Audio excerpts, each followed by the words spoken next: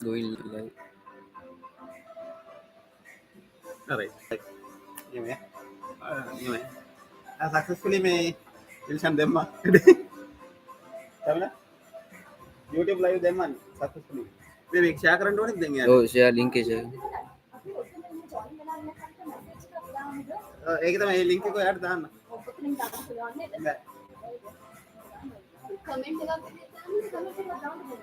मैं एक देंगे यार क्लोज करा नहीं. एक क्लोज करा Close देंगे. ना कर लेना एक इन्ने कितने WS Dr. Lakmal.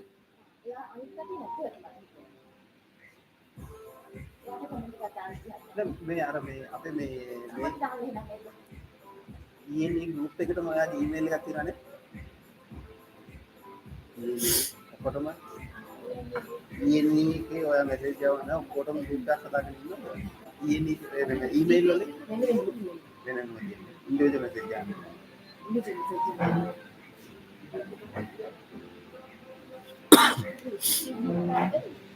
एक्चुअली जी में ऑफर दान kalau manggil kalau kita sudah dua kita kadang ini lagi.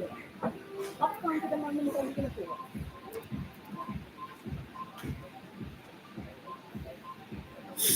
मैं कोकड़त में मैड दान Kalau tu iba atau universitas Dewan ini nanti.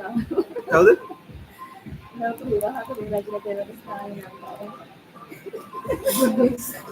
Mana itu ini lagi.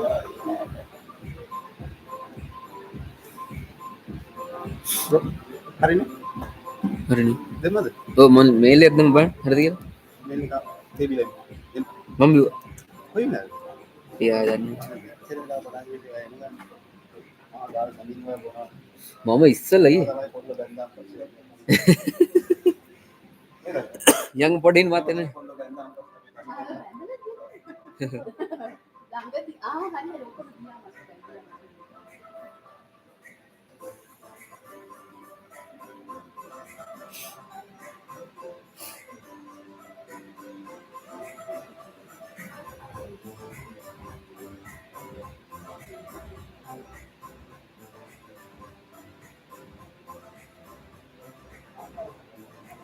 Dok link ke mail ada mah.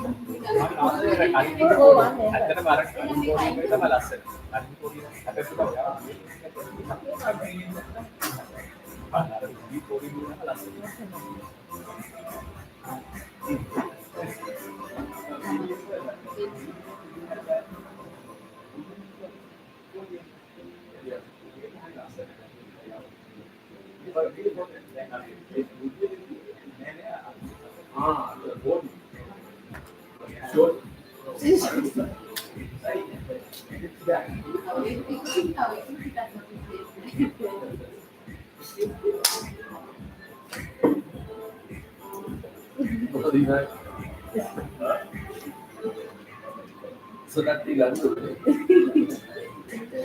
Division එකේ වගේ.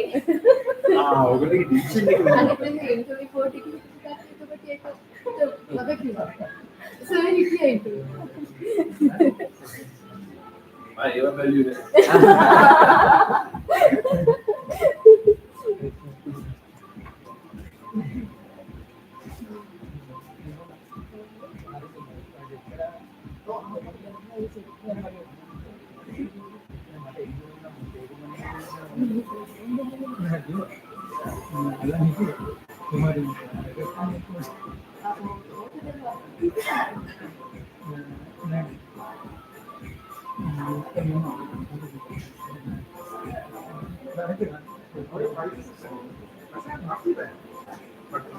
Last week, slightly there's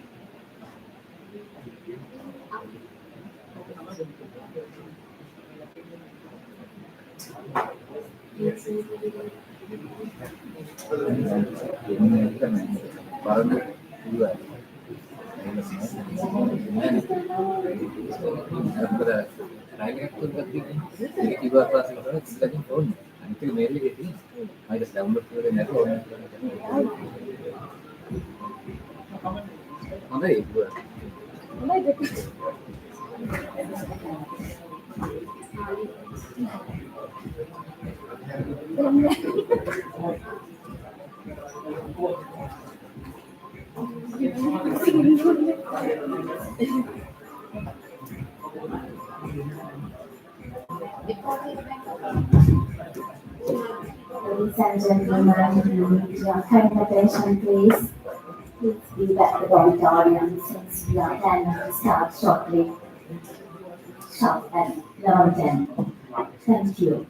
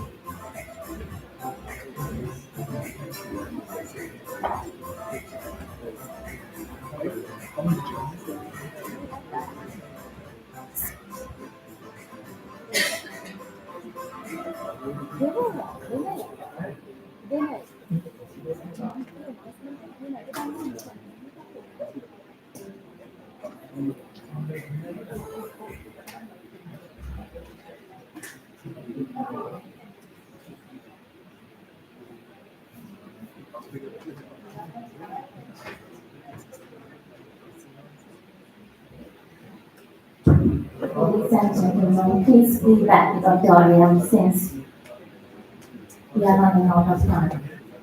Thank you.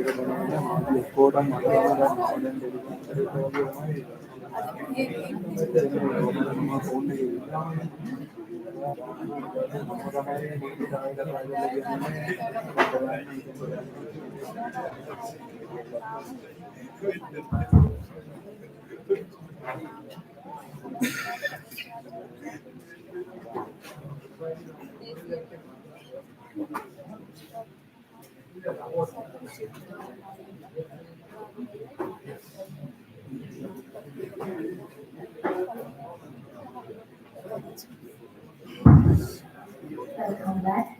Up next, we have Ms. KW Abhishani presenting on alternative worker deployment models for corporate sector tea plantations. Over to you, Ms. Abhishani.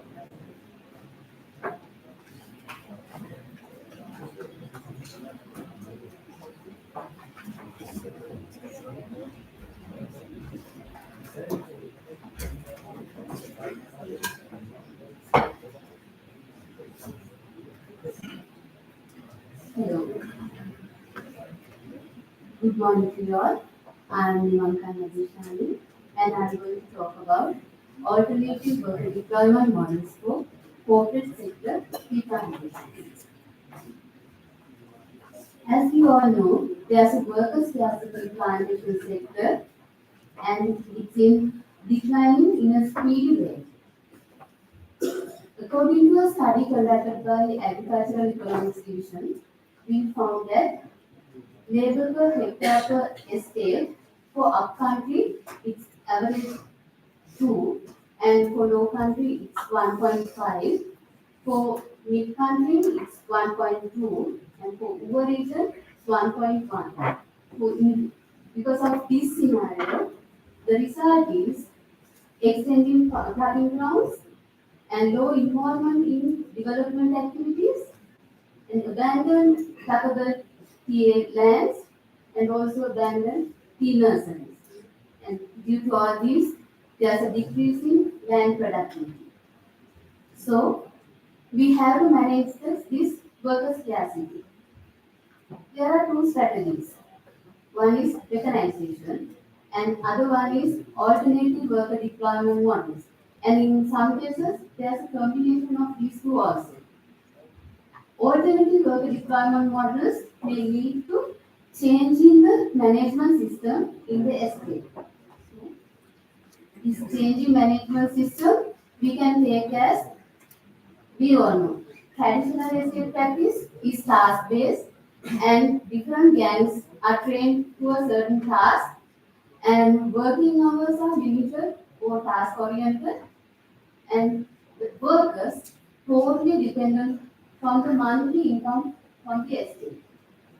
And in the case of alternative worker deployment models, workers take over the responsibility of managing the allocated plot of land and they have to develop their skills in managing and carrying out different field activities and workers have to make decisions on for planning for work arrangements in their plot of land.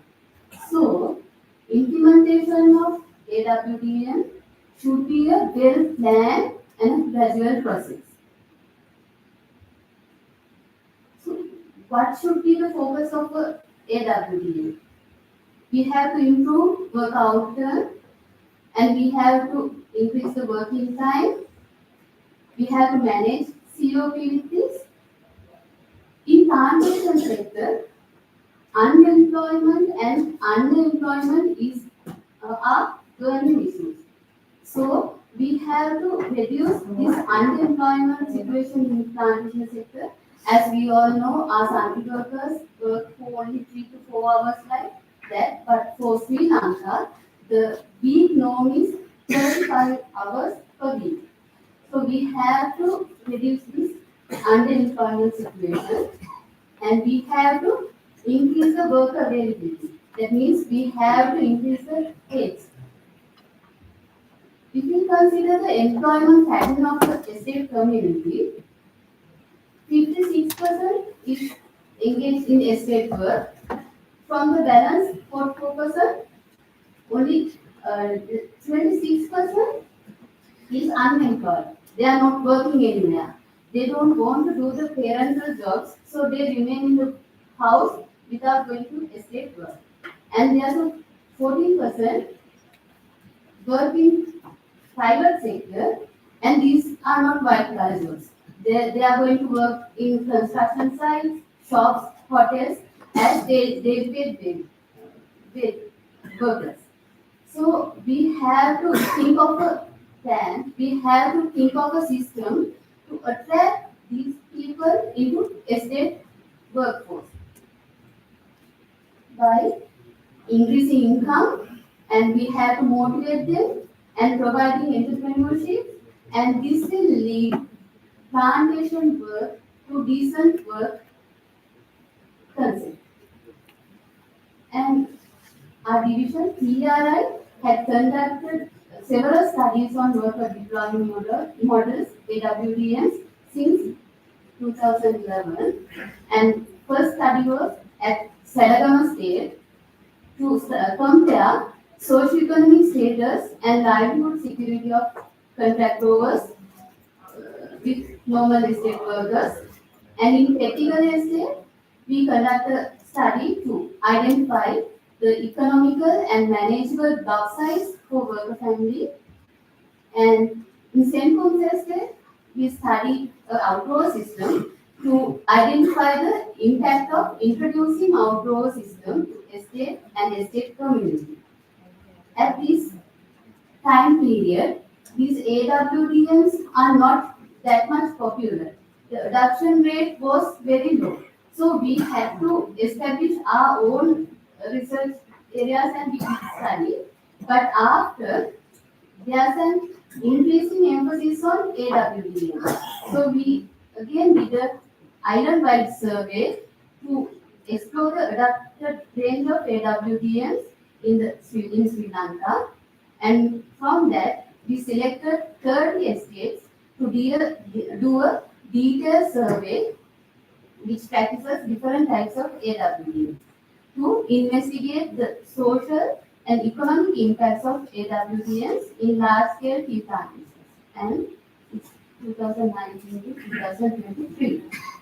And from these studies, we found that 61% of our estates engage in any kind of AWDM model. And most popular ones are cash plucking, block plucking, contract farming, outgrower systems. And these are in different modalities on spatial distribution, contract agreements, and extension service, and quality requirements. So let me discuss about characters of these AWDMs. First, cash plucking and block plucking, contract farming, and outgrower. If we consider cash plucking, plucking is done by pensioners or casual workers in selected fields, and it's a seasonal thing. And for block plucking, a small part of land is allocated to registered or casual workers, and here plucking only, and they have to work after working hours or in holidays. Contract farming, in your word, it may be RSA, heavy machine models.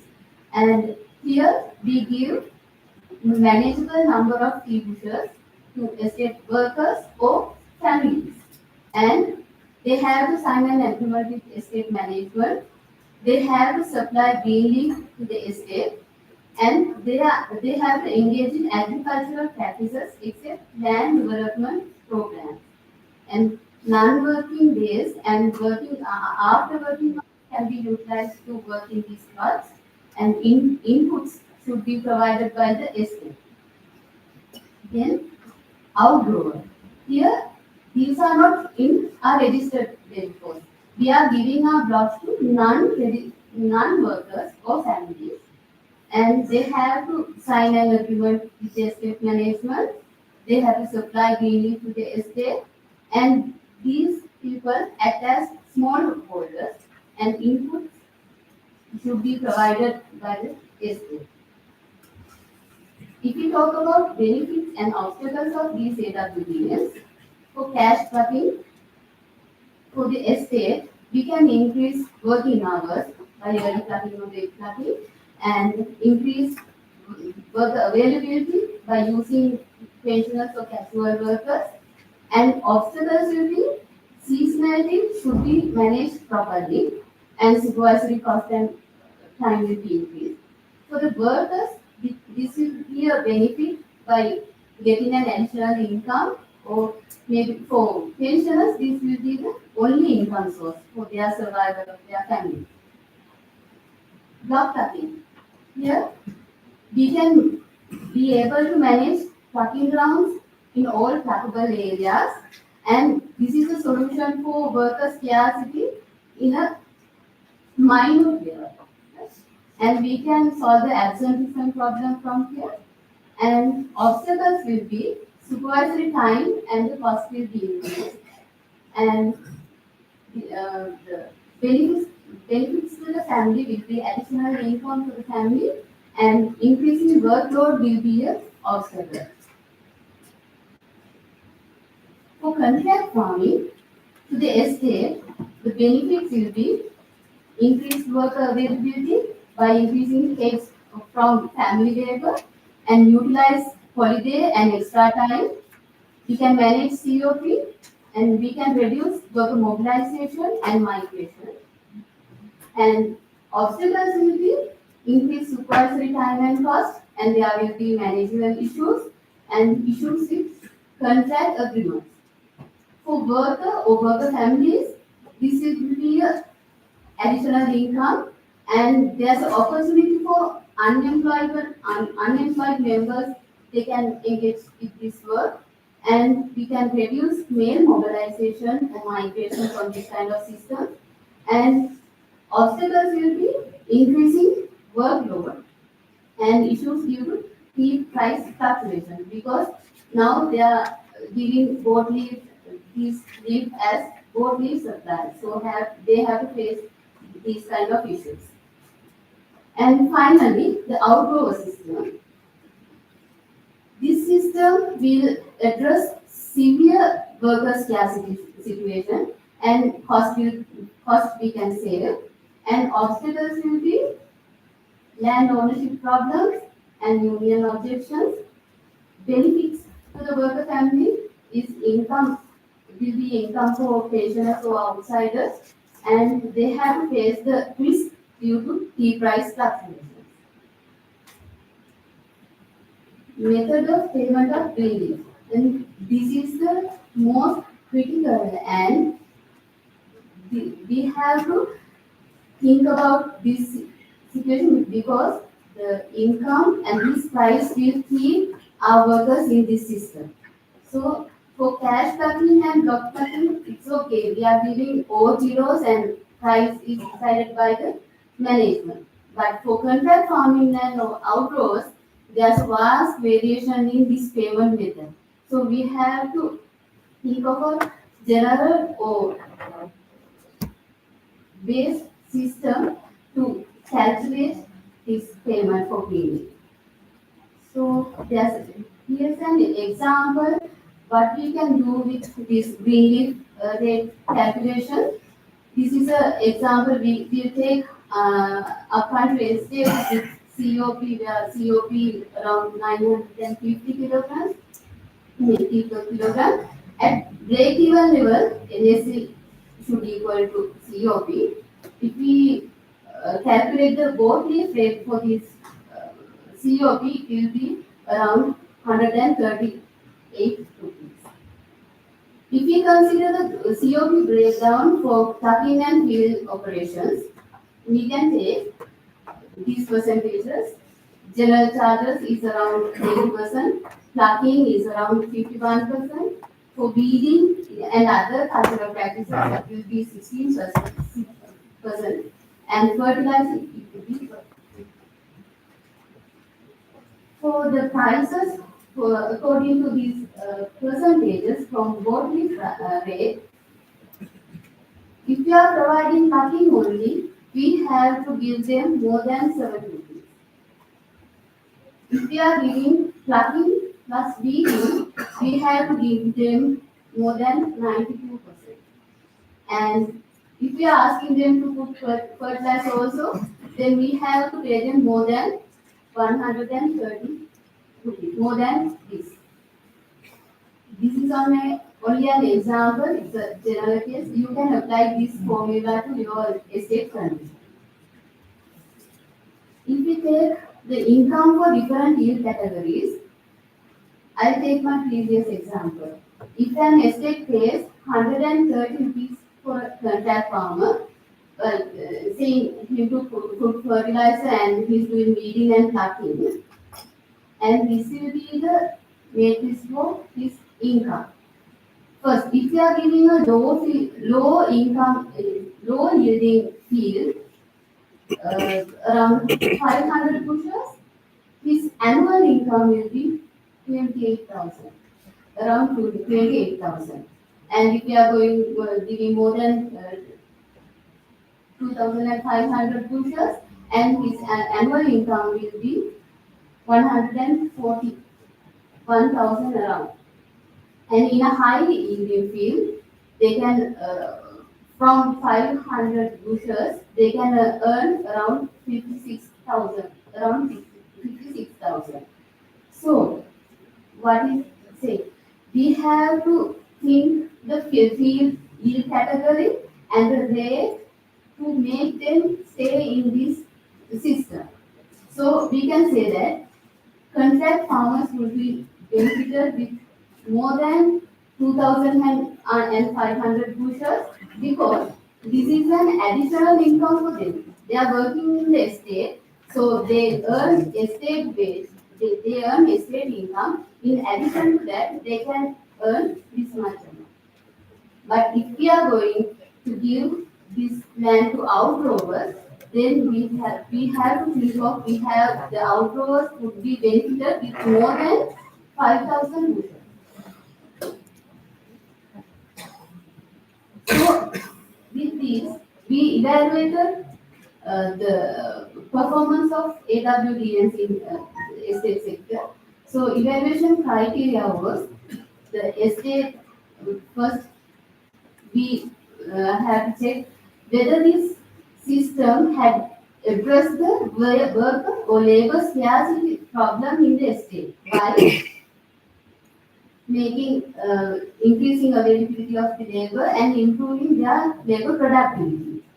And they have to improve their estate productivity and the profitability could be increased. And for worker family, we did this evaluation based on livelihood security indices and economic food security, social network security, habitat, education, and health security. And we look for their willingness to participate in this system also. So I like to show you a success story or example of a success story of a contract farming system.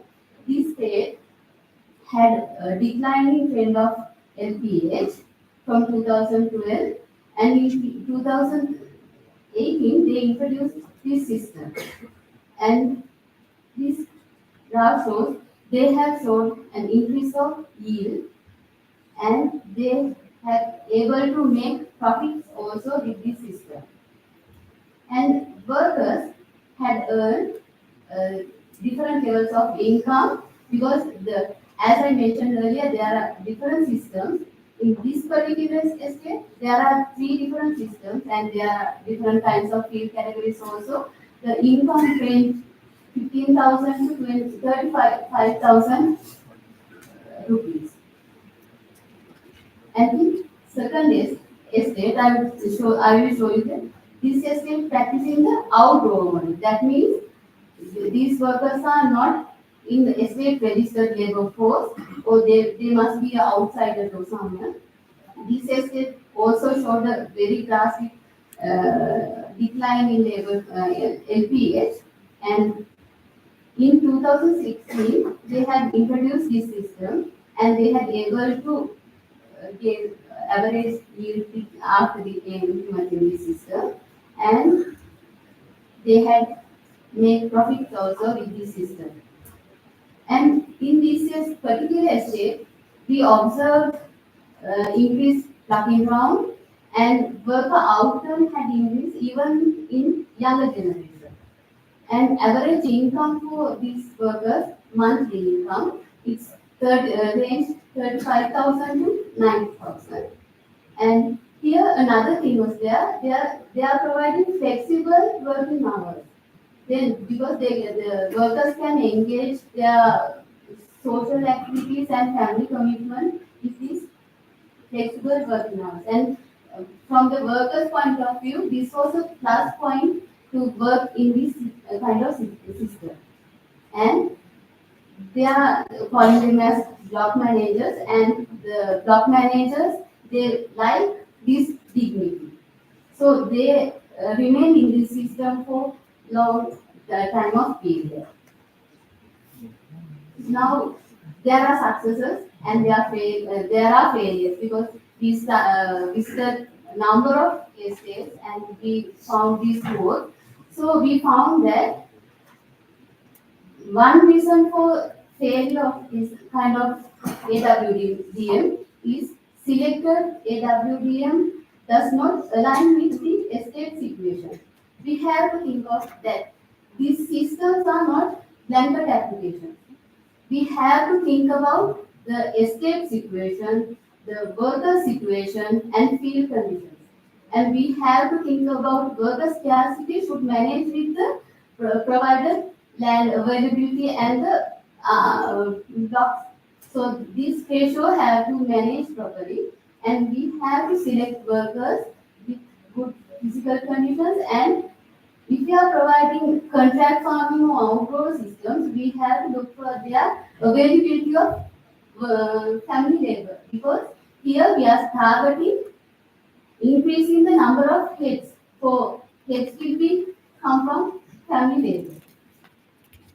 And then the selected fields do not meet workers' expectations, low yielding fees estate. That as my calculation, you will see that if we are providing low yielding category fees with less number of pushers, they can't manage that. And also, if we are going to give them a large block of land, which they can manage by the family labor also failing. So we have to go for a holistic approach. And managerial policies with price and agreement. And because of all these, workers will be demotivated and they will leave the land. And what do we have to do to do a successful AWDM? And this will be a checklist. Please check that whether we can do that or not. First, there are 4 factors we have to consider: compatibility, the knowledge, the supervision, and the attitudes. Compatibility. As I mentioned earlier, the worker availability should compatible with this system and workers' condition, the physical condition, age, family level, etc. And field conditions should be considered, and the financial aspects of the company as well as the workers should be compatible with this AWDA.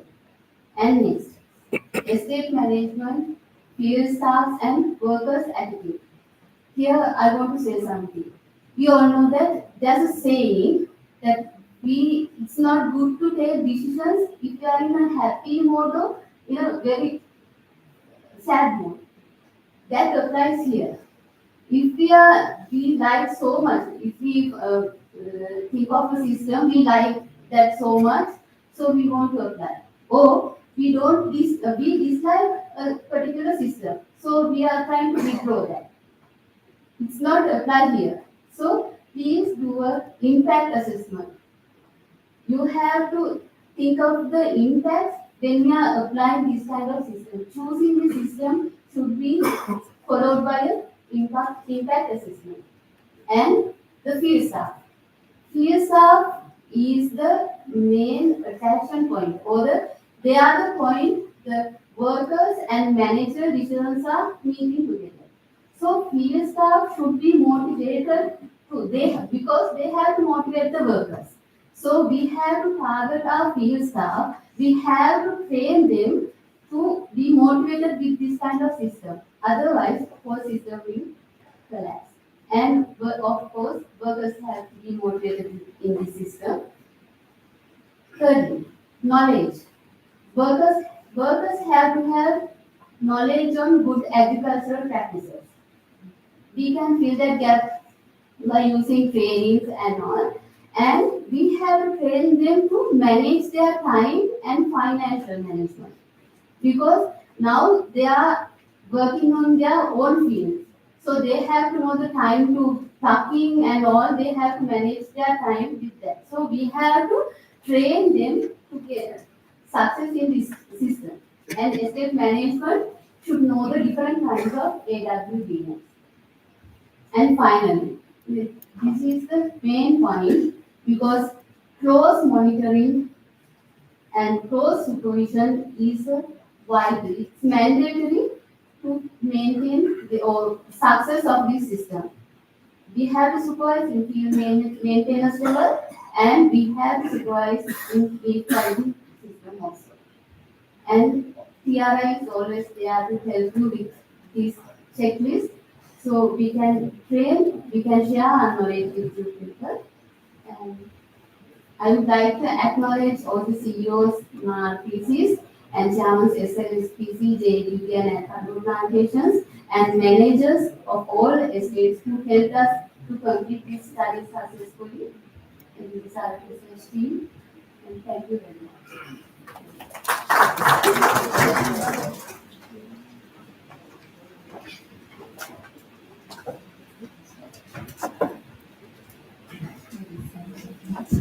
Thank you, Ms. Abhishek. Thank you for all of these strategies that appreciate the house, deployment in that sector. And ladies and gentlemen, with that, we have now come to the last presentation. which is a joint effort by Dr. Sampath Mathematics and Mr. TGN Mahinda on the topic Mechanical Energy Harvesting, Bridging the and Practice Energy Sector. Over to you.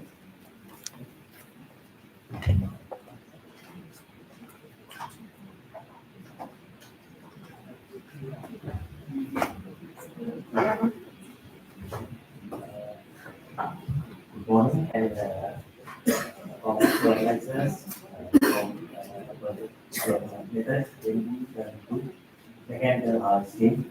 We today actually we try to use our scientific findings to ensure harvesting practices in the yes. So this comes into part that like here. The first part is done by myself and the other part is done by STMI. So as an introduction, actually we know what has happened in our estates.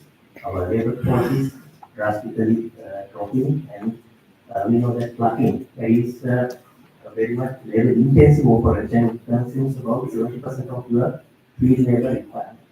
So it is already affected by worker scarcity and you have to go for other alternative methods for harvesting. So in that actually we have mechanical harvesting that is in two forms, simple tools like shears and machines. When it comes to shears actually, we have selective shears and also non-selective shears.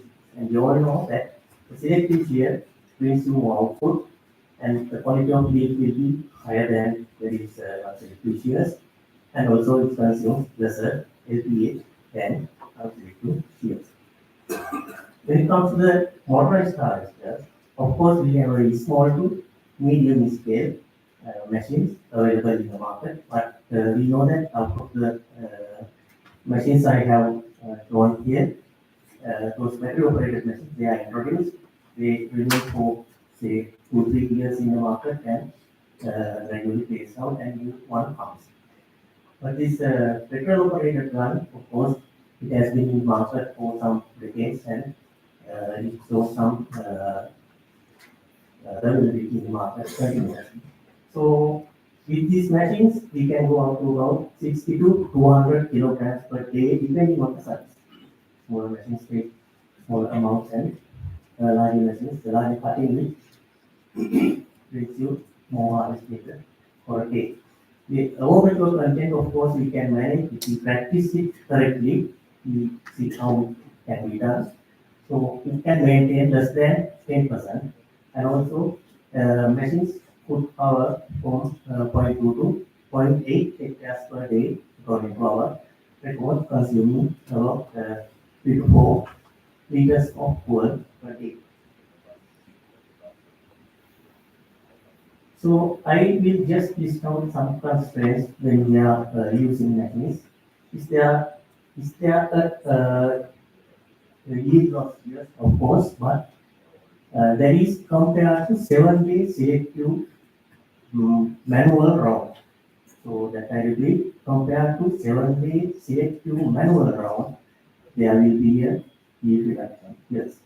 Then weakening of bush health in the continuous usage, of course, that will be there. And overall cost will be there, which should be sorted out before you supply the leaves into the factories. So both qualitative and quantitative process will be there, and apart from that, some other illegal reasons, long yes, less an issue. But I have seen some operators, they are very much successfully handling the situation and they can do that operation even in slopes. Which means that when selecting operators, you have to consider those things. In my work, there are machine people and non-machine people are there. Some people are very much easily adapted to it, and there are some other people, whichever the training they are giving, they do not give that. So selecting operators, that is crucial. Then obstacles in the field, we know that you have trained labor, the capital and maintenance cost, and price of fuel, that's a pain, we all know that. So those are some constraints I can list out here. So next, we just consider about how to minimize those yield and health problems using experimental facts. So here I have got some basic impacts, what we call them basic impact, which means what the harvesting machine can do to the input. There are three things only: removal of maintenance foliage, high rate of harvesting, and removal of fibrosis. Those are three things. So out of them, you will see 55% of the yield reduction that is from removal of fibrosis. But other two parts are also there. Removal of maintenance foliage and highest rate of harvesting. That also contributes about 30% of the reduction in yield. So what we can do here actually is to not to cut very much deep into the planting table. Of course, these are not very much high-end things to understand. They are very simple things, but we have to adopt actually. But the operators are doing this in your estate. Next one is when to use the machines actually. If your labor shortage level is not very strong, it is not too severe, you can use machines only to manage the stroke season. So that will not cause any sizable yield drop during the year. But if you are using the machines continuously, of course, that will reduce your yield. That is again, I repeat, compared to 7-day selective manual harvesting. But it is not the scenario of many of us actually due to this labor shortage. So here actually what I'm showing here, extended plugging grounds and machine harvesting is compared. So you will see here there is hardly any difference between the two, which means the damage is already done by the extension of plugging ground. So you can apply a machine and get the thing done with the existing labor you have. So that is the point where you can introduce machines into your estates when if you can at least manage the plugging grounds manually within at least 10 to 12 days, that is the point where you can introduce machines to the estates. So this is just to show what I just taught. We know that even in manual harvesting, we leave some this light green part from the plugging table without picking. We know that motherly fasting and risky fasting is there. We have to leave some foliage for maintenance foliage. So never cut deep into the plugging table. That's rule number one. Of course, that is simple, but that is important. Second one is how you operate the machine on the table.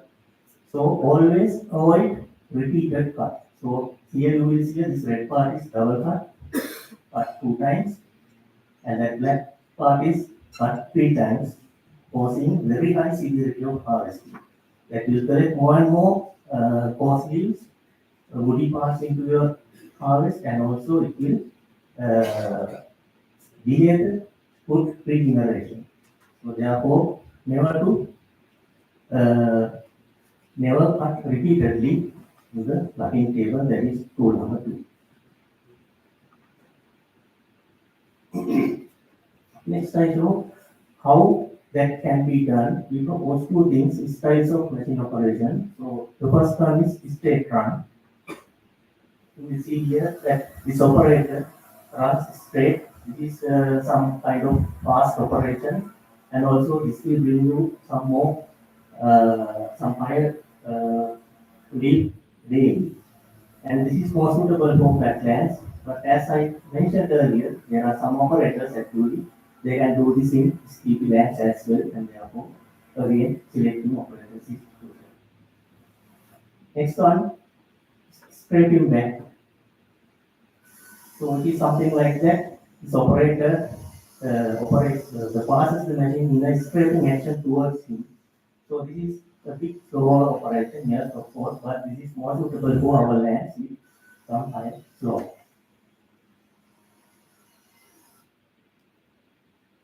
So these are actually machines now.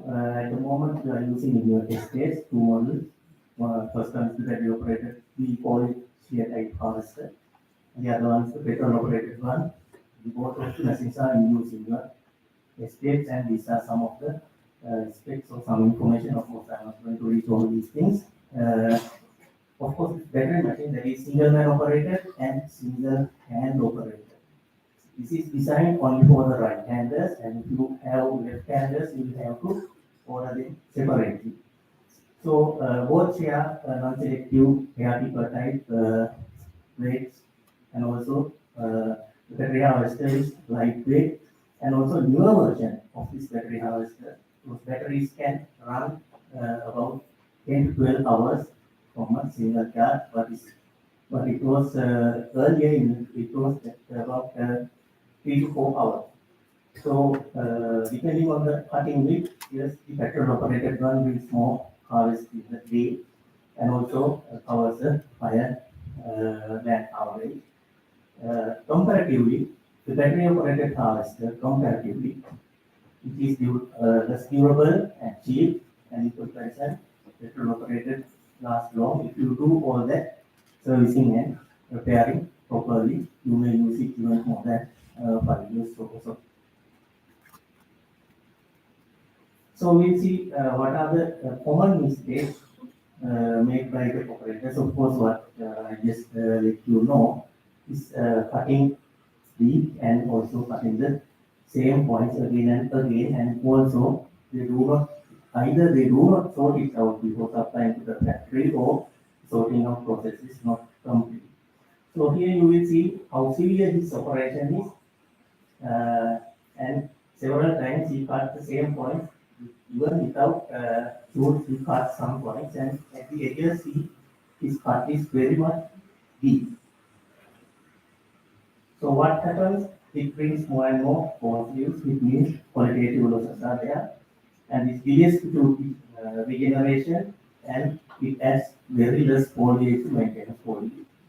So in that particular site, I noted that it is less than 1 inch of maintenance foliage layer was there, which means then the photosynthesis or biomass production is affected. It means quantitative losses are also there. Then the bush is in higher stress, and bush health will be retired. And further, what we were informed from factory officer, if we bring more and more woody parts, very mature woody parts to the factory, it can damage the rotor vanes as well. So you will see here this dome shape created by cutting the edges very much severe. You will notice that he is holding the collecting bag very much lower to the cutting normal cutting table level. So which cuts very severe at the edges, and the bush has become dome shape.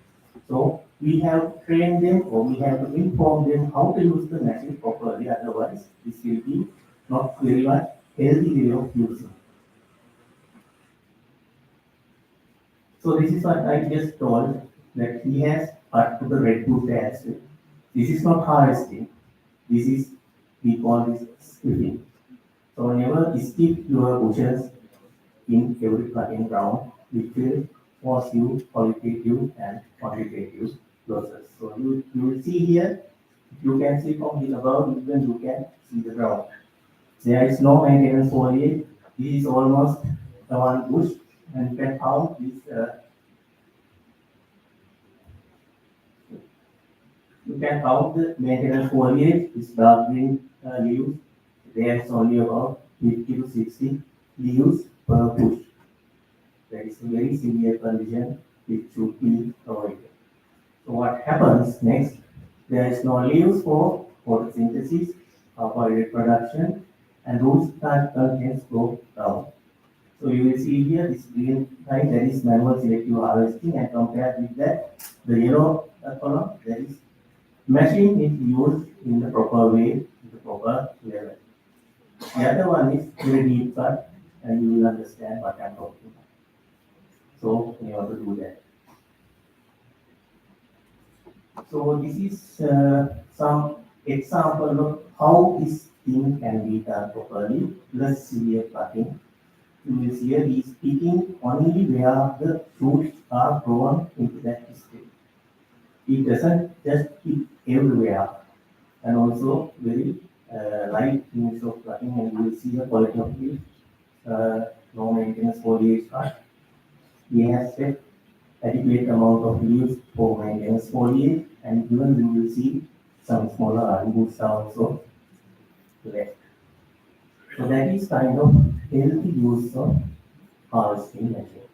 So that is what we advise you to go for.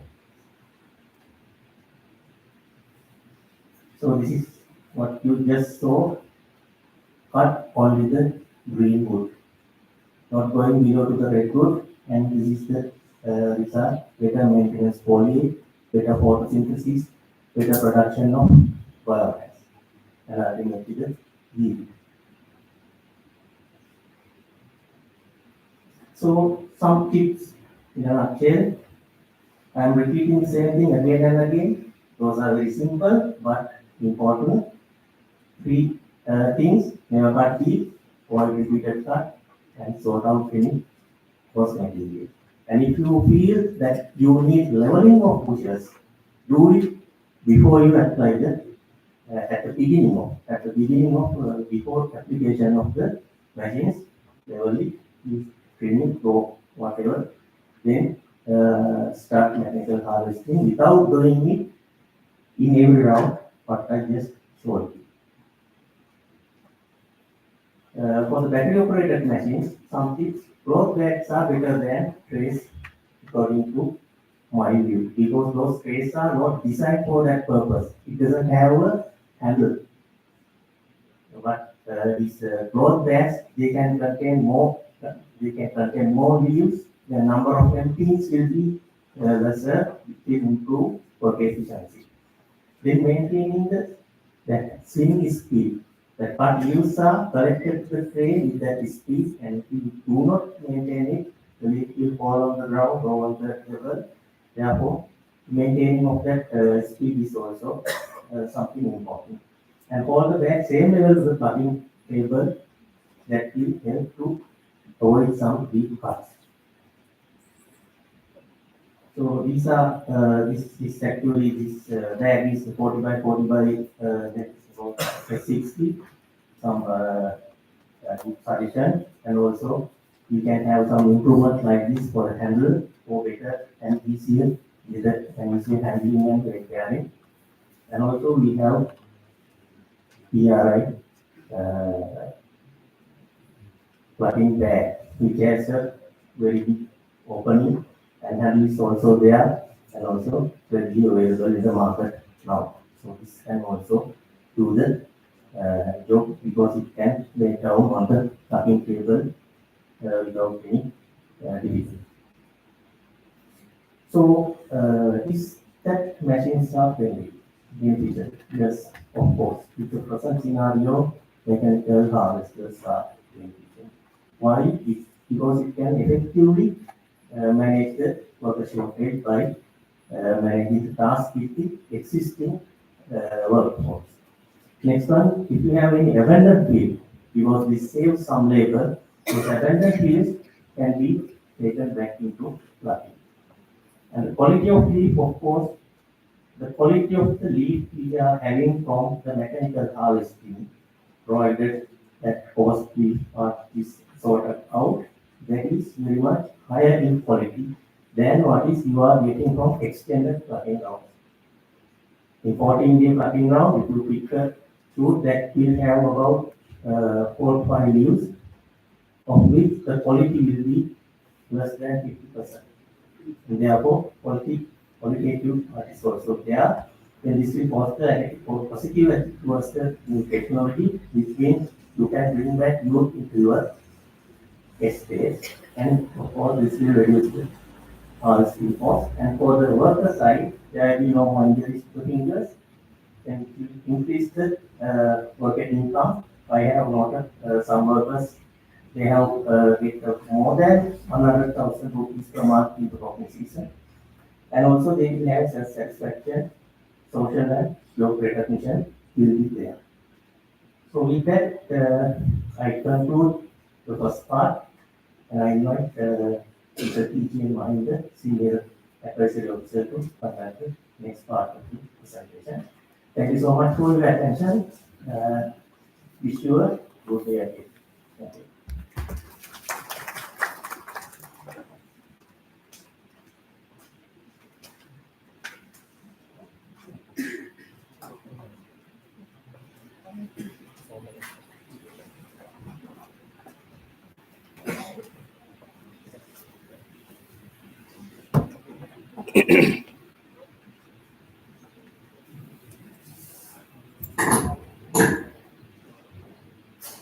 Good afternoon, everyone. First of all, I must say thanks to Dr. Shamina for giving this opportunity to share the information what I have gained from your application. Because Dr. Sampath talked about the scientific perspectives of mechanization. Now we are going to explore, this is the objective, explore the practical perspectives of mechanization how. We both, Dr. Sampath and I actually conducted the case study. This case study is called as cross-sectional. Cross-sectional means a single point we collecting data. What are the data we collected? Qualitative, quantitative and secondary data. And you can see the basic information here. We purposely restrict this plantation, Ola, up country. Why the questions come? Why others? But we instead of country, we didn't come across a good place to get this. I mean, to conduct, I mean, really cases study, we need each source of information. And who we know that? That is, but when we want to compare this, that's it. While visiting, the first question came to my mind to ask really what? Which type of machine do they use? As Dr. Sampath said, these are the machines. There's no new technology there. All are these motorized machines, of course, reciprocal types, and shears. Next question, what? Where do they practice this mechanization? Where? All over the place? Yes. Existing EP. Across the whole category. That means A, B, and C. Generally, some attention they practice only B and C. At this point, I like to highlight load of information in a single site. The time is a factor. Right. You can compare all the sites, site A, B. Site A means the plantation A, B, C, and D. If you look at the first row, the site D, labor stock is so significant, over 60%. And others also over, you say 34%. Now you can imagine how big the crisis. I'm not going to talk about the much details. This is the place manager take a decision to practice different strategies. Maybe mechanization, maybe revolution, maybe harvesting on cash harvesting, or harvesting on cash. I give you harvesting on cash. We're going to try in the scientific way. And there are some other practices. So if you come to the machines, the site A, of course, they use here and fuel, site B, battery and fuel, site C, batteries, and site D also same. Site C, of course, at the initial stage. I just want to mention. Mechanization extent, of course, site A, entire plantation. And they are continuing almost 13 years. And the site D, again, over 50%, continuing of almost, now they are continuing 4 years. They are passing 4th year. And C and D initiated state, but D, of course, already they mechanized 20%. And LTH is the most important things because we practice this thing for what? To minimize the labor requirement. So we come to that. These are all, of course, data we collected from this state. For the shears, we need 10. For the fuel machines, that's mean we need altogether 8. Then question comes, why we are going to reduce fuel machine. But remember that it's a huge machine. We can put no there. For machine 80, we will come to that again. For the batteries, of course, part is vary. And when we come to the cost, harvesting cost for a 1 kilogram only the harvesting cost. For the shears, we have to spend 320, for the fuel machine 220, for the batteries, of course, it's very 422, side of course, we have 184. But remember here, we these data, of course, at last we collected them. We are not collected, of course, we just done little calculation to add at what machine depreciation. It was not there. That's what it is not in the data. There again another slide, lot of information. These are this information is of course relevant to the operator's point of view. Operators gave norms apply plantation name for the shears 20, for the full driven machines, of course 80 per machines 80. Then we come to the battery operated, it's vary battery operated machines, of course 20 to 40. Average packing ground, of course, for the shears they maintain 2 feet, for the battery machines, of course, we maintain 2 grounds. For the fuel driven machines, 1.5 to 2. These are average. Remember, during the favorable weather, we can achieve more.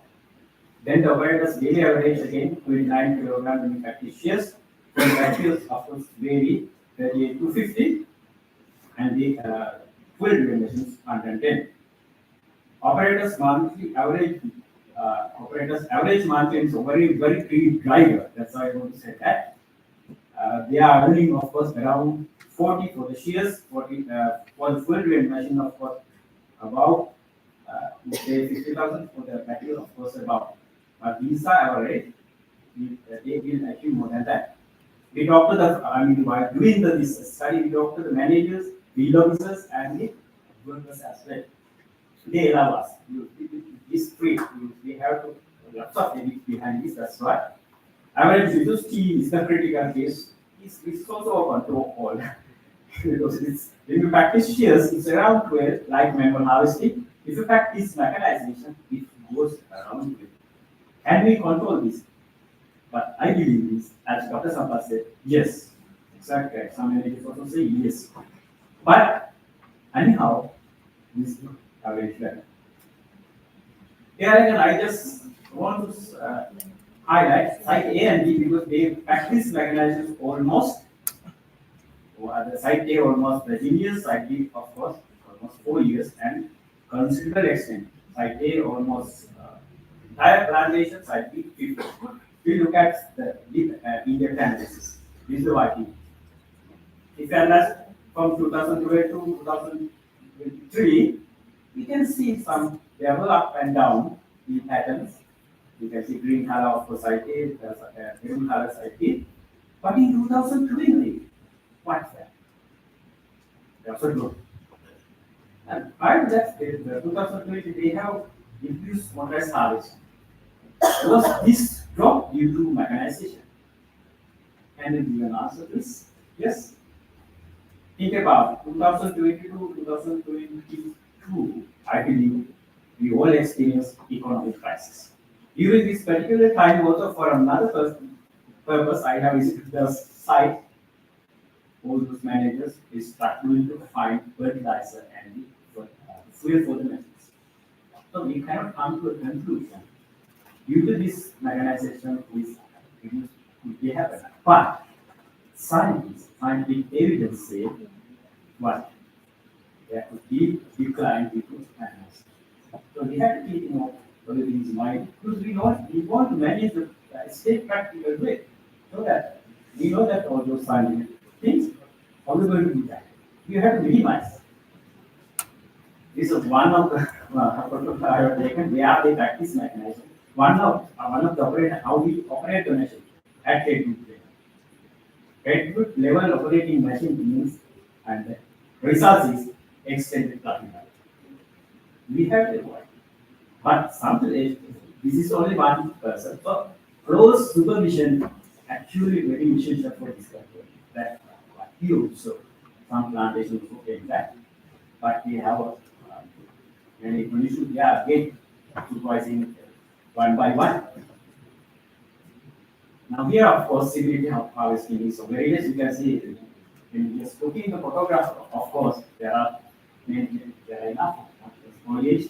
The plugins actually harvesting, they operating the machine at remote level.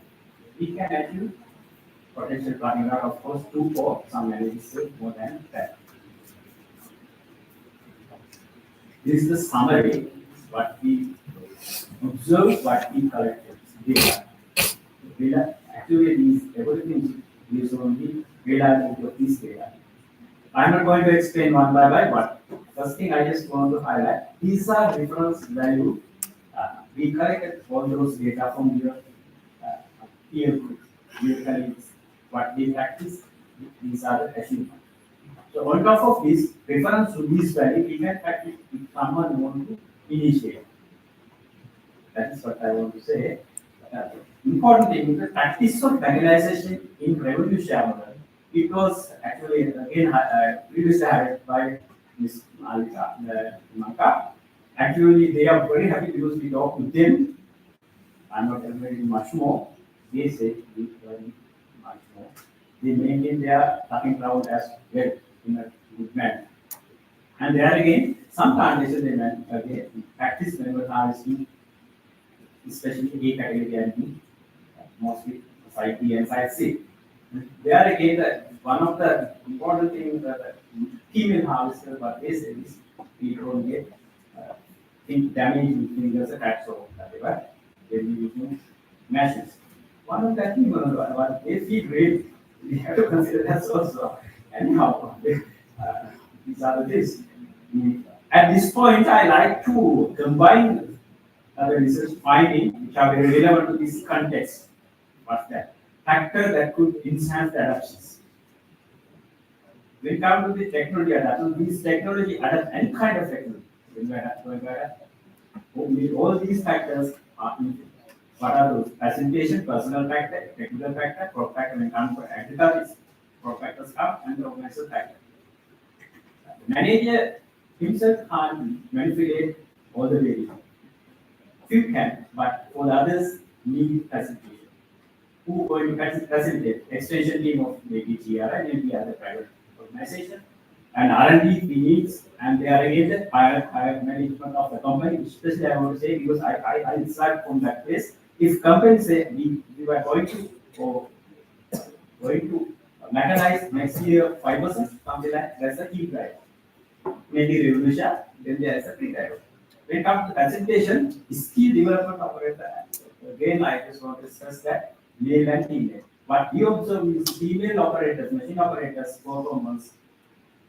I just want to mention that is better than male. Because of why? Male workers, you know how they do. They ask me for meeting for 5 hours. They try to get their norm, what they said by the company, and they come. But they are with the costly. But when we operate the females, they get the norm, spending 6 hours. We check that, we check the field conditions also. We have noticed as good maintenance for which is IPO. They are female operators practice mechanization. And there again, reliable machine repair is sentence of very essential. Most of the managers emphasize to practice that. So need extension teams support for that. There again, I am going to highlight the economic benefit of the person, right? We driver. So we have to show what others need to gain. So with that, Dr. Kamla, still time fact is that suggestions for the better adaptation of this thing. I would like to suggest this thing. Setting number is residential is development. So often debates, right? Because we like to highlight this because when this type of residential training of course established, the well-trained operators can share their skill and the benefits to the trainers. That is the only one thing. The success is there, and there are initiation of reliable machine repair center. That's very important, and the mechanization promoting through evidence of its success. Success is the promising basis. Success we need for the steps we have to go. Then there again, I like to highlight Dr. Sampath presentation some points. Use of machines, scientific perspective, use of machine. If the work shortage is so severe, avoid repeat cut too fast at single point is avoid. Then adhere to good capacity. Everywhere we discuss, but if the work shortage, that is also the case. But anyhow, to minimize the mechanization, yes, we have to do that. With that, I'd like to thank each and everyone for the journals mentioned here. It helped us a lot. And there again, I just want to mention 2022 and 2022 also 100, over 100 mandates helped me to conduct a survey regarding the same scenario. So I just want to thank them. And again, thanks to Dr. Jhanaka Mahendra Tala and Mr. Rajiv Gamate of TRI for their assistance. Thank you so much.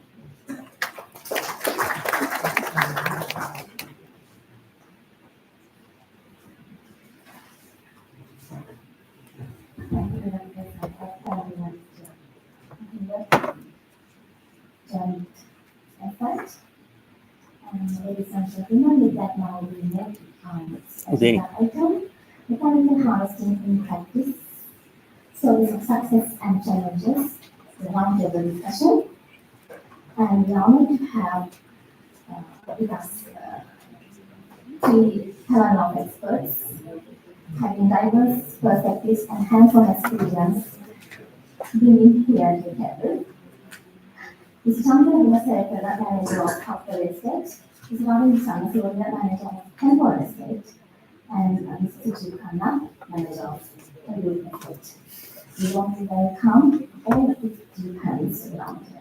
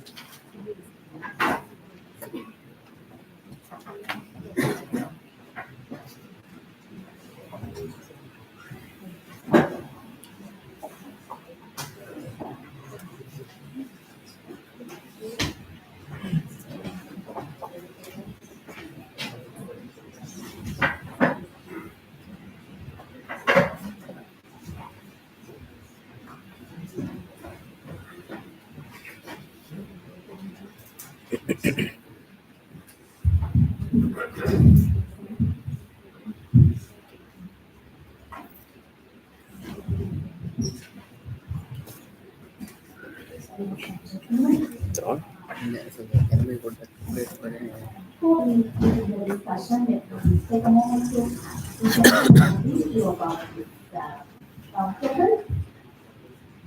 Here we have two rounds.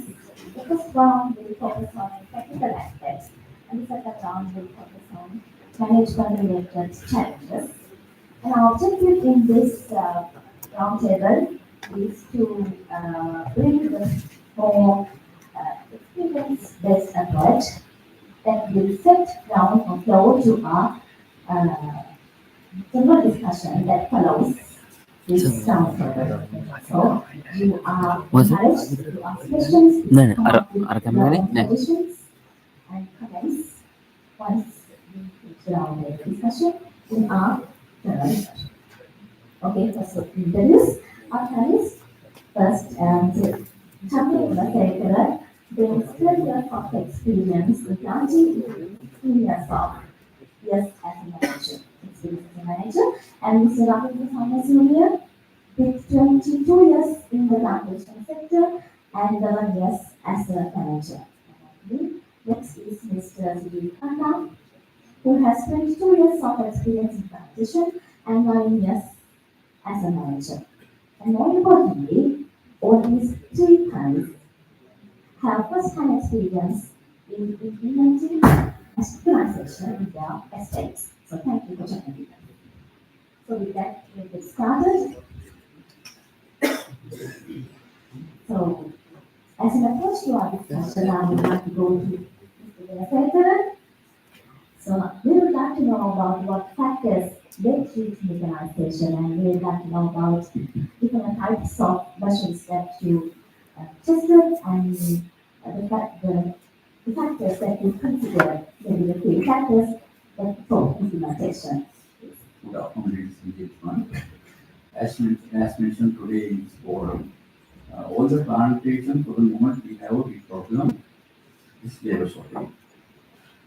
So this labor shortage, day by day, our workforce is vacating our state work, and new generation is not joining to the plantation work. As a result of that, we have a big labor problem. In future, this problem will be further increased.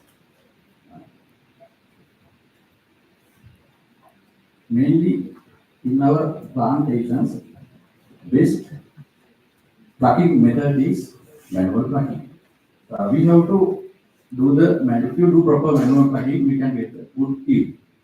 As well as all the plantations and managers for the moment, they are level best to get the manual plucking, doing the revolution model, cash plucking, and etc. Having doing that, if they able to get their rounds in order, they are going to another option. That is cheers. According to our working out, normally every month we are working out our pluckers availability and number of hectares. Balance area we can consider as a shears.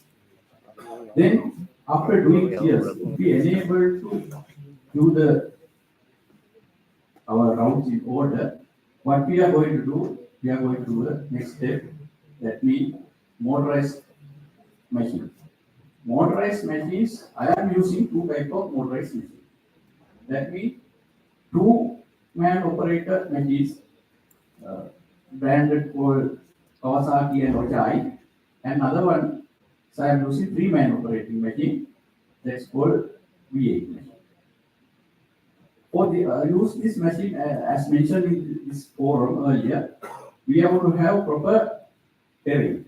If we don't have a proper terrain, we are able to get the proper harvest. Harvest means we have to get the smooth cut.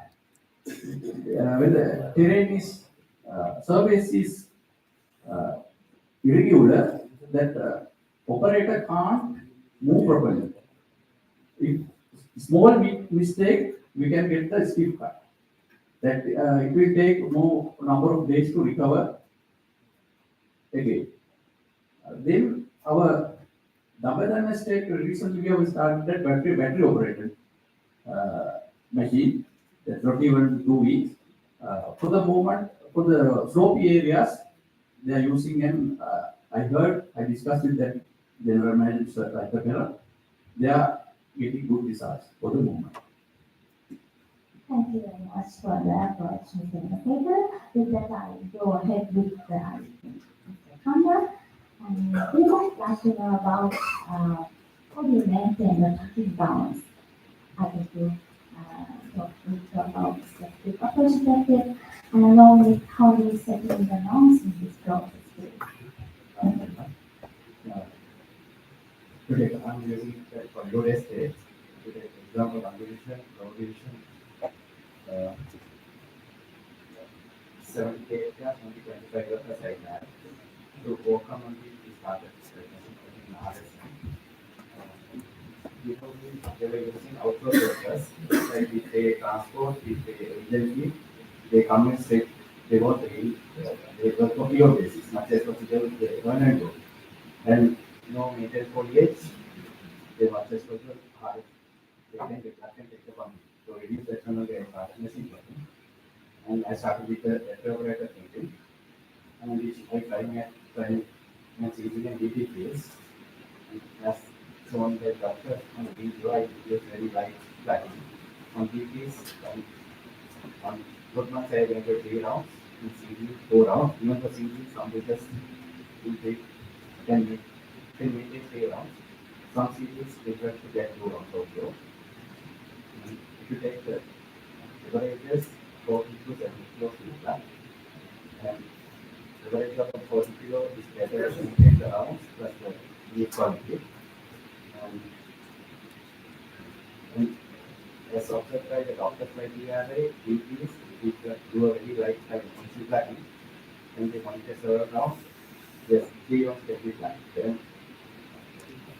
Thank you. I want to explore with Mr. Sansuri over there and continuing with Mr. Khanna. I would like to know about, do you also follow the same process in setting norms or you have something else?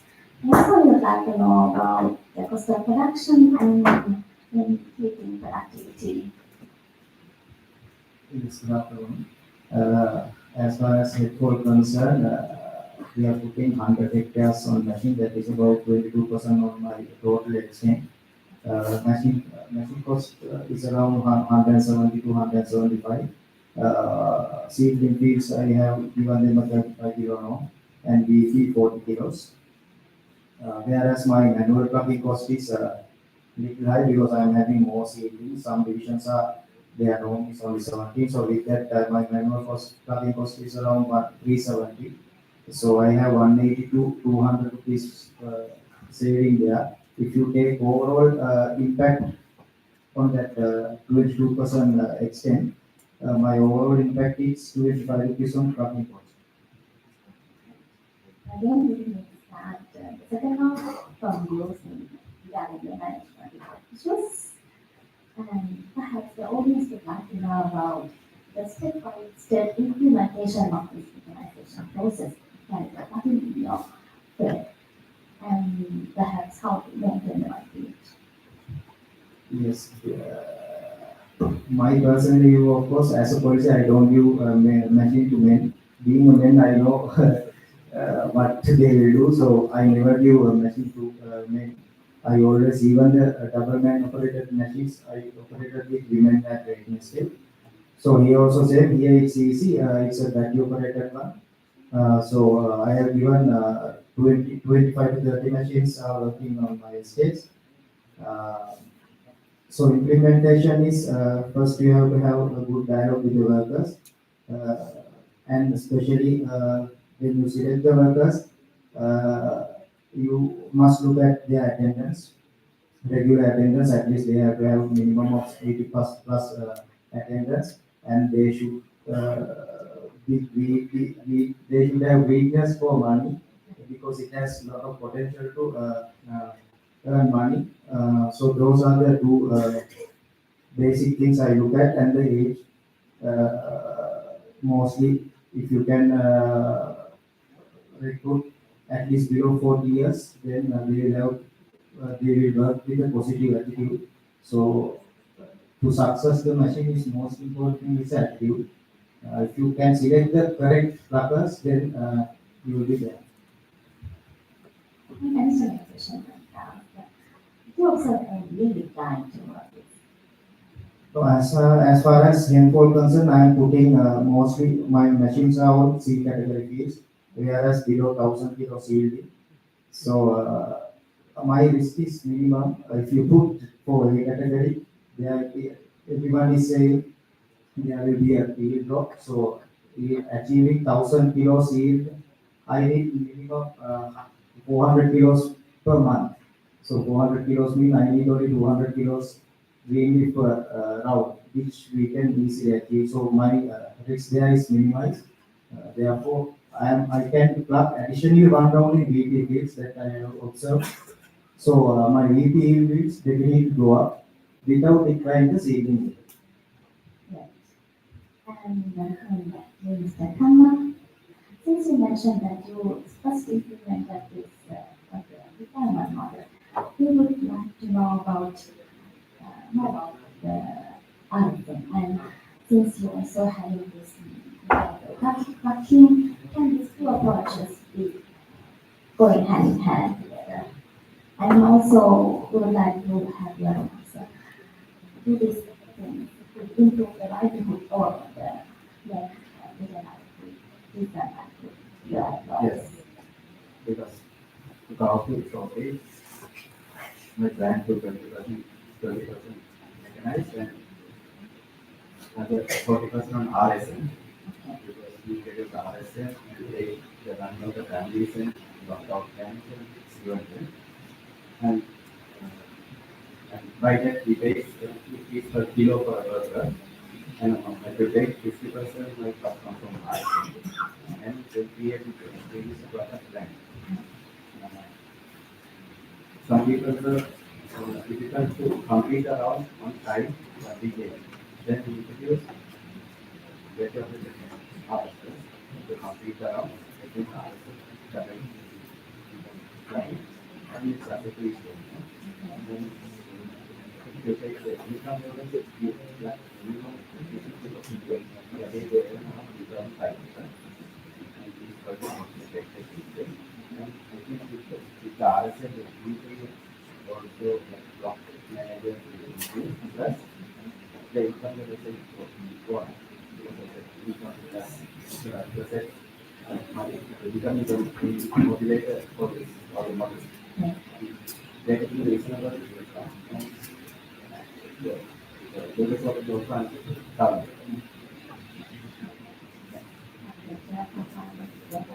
We would like to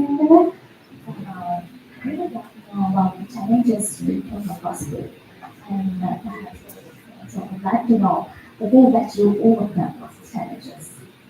In state sector, everybody very aware. If we are going to introduce some new method or some system, our workers straight away they are resisting.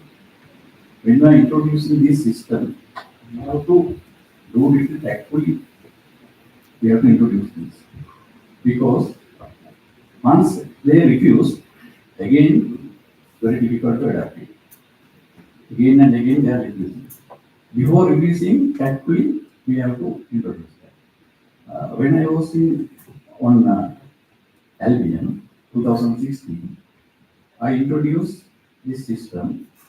That actually mean I got some C category faraway fields, and I discussed with workers during the labor day and all. We have to put the machines that and is very outturn is very poor. The workers are not coming forward. Then we have to put the machines. Then they said no sir, we will pack and give it to you. That's it. After that, what I did, I selected faraway fields and I employed men on those fields. Within 2-3 rounds, if you men, if they put on packing, they are not cleaning the bushes, they are not doing the studies. Within three rounds, it is little by little getting abandoned. Then I went to the beach and I told these people, don't come right. I am going to put the machines. After they agreed. After that, leaders came and they took over the machines and till I leave that state, they have done it. And next, the challenge is to get the good product. There are so many people are importing machines now. We have to get the proper firm, recognized firm. Main thing is after sales service and the spare parts. Most of the people are importing machines, they are selling, and after that they are vendoring. There's no after sales service as well as no spare parts. We got our machines from Haley's, they are giving their after sales service and perfectly they are giving their service, and we have our spare parts also. Then we can continue our operation without any interruption. Then another problem is this Ochai machine, 2-man operator machine, weight about nearly 10 kilos. That motor is about 4.5 kilos. That's coming as a backpack. Then other part is 4.5 blade side. Then we have to have some strong workers, strongly young crowd to operate this. Otherwise, so many hours they are unable to operate. Another challenge is we have to select the young people. That's another challenge. Then another one, 3-man operator machines, that was about 18 kilos weight. That because of that weight, we have to have a good young people. We can't give it to old people. Even we can't enable to give the women also. But 2-man operator machine, we can give the women. They operate. That's another one. Other one is we have to in our state we have to have a perfect workshop for do the repairs and all, and still mechanic. If any defects comes, we can't wait till outside come and repair those machines. We are unable to do it on time. Because of that, in my case, I have good mechanic as well as all the equipment and tools, everything is there. Very recently, I have a big problem without the accelerator cable, which is this heavy rainy time. All the cables are getting stuck and unable to operate the machine. Then, that my mechanic, he has done a modification, getting a 3-wheel accelerator cable, and he managed to overcome that problem. I am continuing it without now I am not buying the accelerator cable from supplier. Another one is we have to have some skilled workers. Skilled workers mean if we take some time to train them, at once after operating only, with the time it will they will train. We are not using special trainers, using our knowledge, and I am training those workers. There's another challenge is coming when we are operating these machines. We have to have our tables very clean. That means we shouldn't have creepers, some other high weeds. If they have that, what happened? All the this leaf and what do you call that? Creepers and weeds coming to the with the leaf. That is a big problem. To while picking out that's a big problem. Another one we have to another option is we have to have. I mentioned that mechanic. Then some we have some safeties. Around the safeties we are able to harvest those leaf. What I am doing is I am putting some special shear harvesters and I am harvesting that area, and they are also getting about 22 kilos averages. Thank you very much for your elaborations. And ladies and gentlemen, we now wrap up the roundtable discussion to open the floor for our general discussion. And one more from I have to let that Mr. Anasurya will be leaving us to engage with some other important engagement. So thank you very much everybody, including Mr. Anasurya, for their timing and coming here along with us to share experiences. So, ladies and gentlemen, we will now open the floor for our general discussion, and this will be moderated by Professor Costa. And the audience would like to have your comments, suggestions, and questions coming in and active engagement with this session. Now, the presenters also join us the stage to continue on the open discussion. And again, we have the announcement. Claude, thank you very much.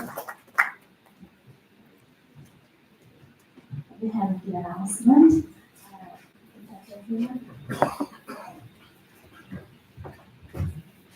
We would like to have your feedback, more importantly, into ourselves and specifically to organize our next yearly.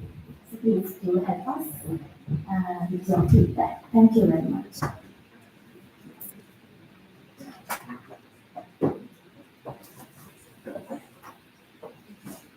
Yes, please invite.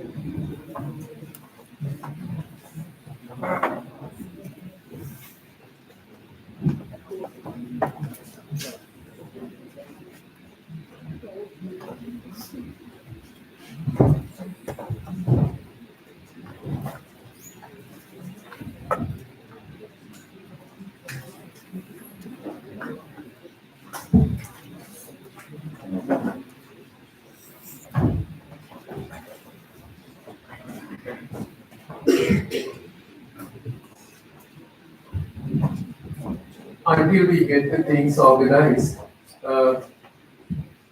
I would encourage you all to send your questions up so that we can take those questions one by one.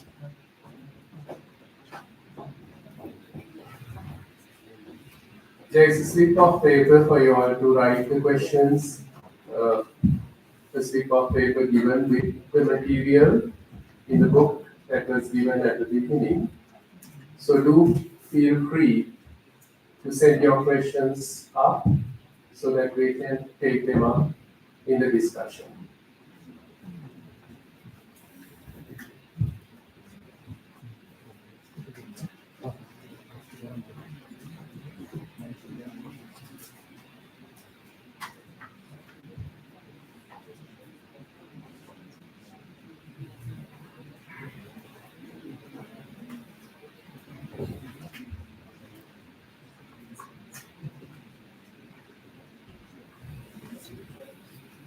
So until the questions come along, let us summarize the key points in the three presentations.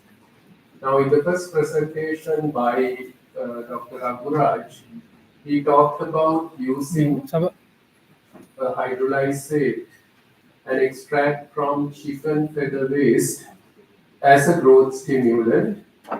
So he showed that at a certain concentration, at an intermediate concentration, it gives a stimulus to the growth as well as the essential physiological properties, so that it has the potential for stimulating the growth at the nursery stage. But it requires validation in the field, so there is potential for reducing the period of the seedlings in the nursery before they are ready for planting.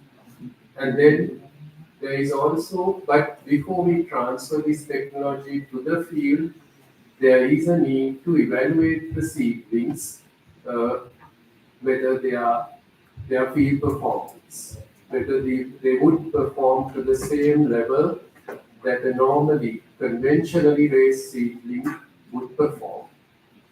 Then we had the two presentations. The second presentation was on alternative worker deployment models, where to me the most important finding was the table that was shown, the matrix, where to break even and also to obtain a profit for the worker, we need to allocate a certain minimum number of bushels, and also in a field where the current yield is above a certain level. So in short, if we allocate a low yielding field with a lower number of bushels with a lot of vacancies, the success of an alternative worker deployment model, the chances of success would be very low, because the worker would not break even economically, and it would soon be abandoned. So that's the key message that came from that presentation. And then, of course, selecting the correct, appropriate alternative worker deployment model. So according to the situation, conditions, field conditions, and the labor situation that is present in a given estate. In the final presentation on mechanical harvesting, of course, many of the things that Dr. Sampath particularly talked about, the good practices to adopt. With mechanized harvesting, he talked about the need to avoid deep cutting, the need to avoid repeated cutting. So those were the key points. And then the practical points that were collected and presented by Mr. Mahinder. once again to maintain the worker motivation and to get them to adopt the correct practices. So those are the key points that came out in the three presentations. And with that, let me take the questions that have come. The question is from Dr. Lalit Kamaratunga. The question is, the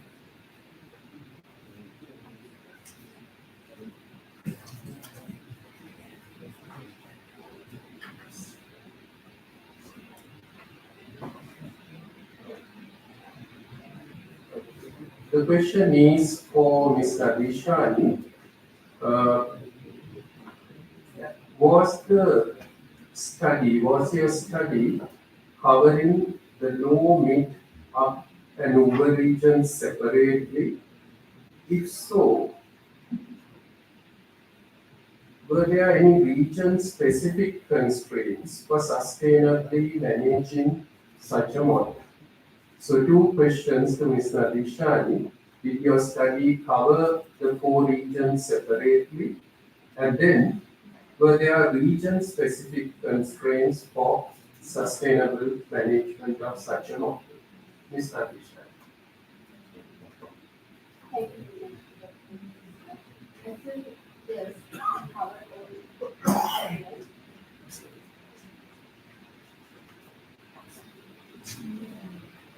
yes, we covered all the regions, and I want to say that it's not a region-specific thing.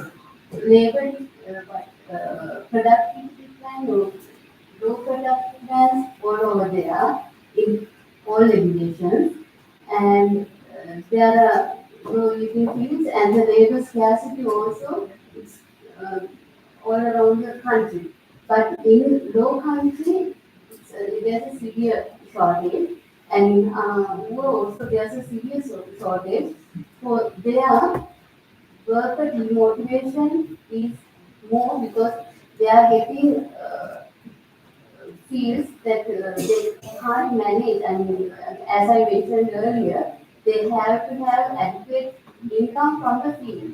But in low country, rural, big regions, there are we can't find that kind of field.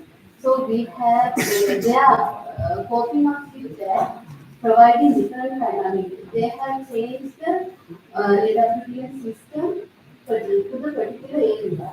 I mean, the region. Hope you get that. Actually, I raised that question. This model practice and try some of the plantations in the low country. I had some of the experience with Ahmad and other plantations. The problem is continuation is the issue. Especially in low country, there is a huge competition among the working practice. And the prices are always fluctuating. So even for the monitoring for the state management, also somewhat difficult. Therefore, when they start that model, all of a sudden that was even maybe without doing impact assessment or suggest. They stop. Those are very effective things, but without addressing those what are the core issues, they used to stop. And but there are some success stories from plantations where they are very good management. And other one is actually maybe low and maybe some like a big factory, especially younger generation. They have so many other opportunities to by introducing this system, how they can success. So those are the area. And the third area is how it helps to their livelihood. Actually, okay, the next question. Yeah. The next question is to our roundtable panel. Now we still have 2 members of the panel, so it would be good if the two of you give your responses to these two questions. Question 8, how many years of mechanical harvesting has been undertaken in your respective states? And what is the fertilizer frequency? Mr. Gunasekar, if you start with you.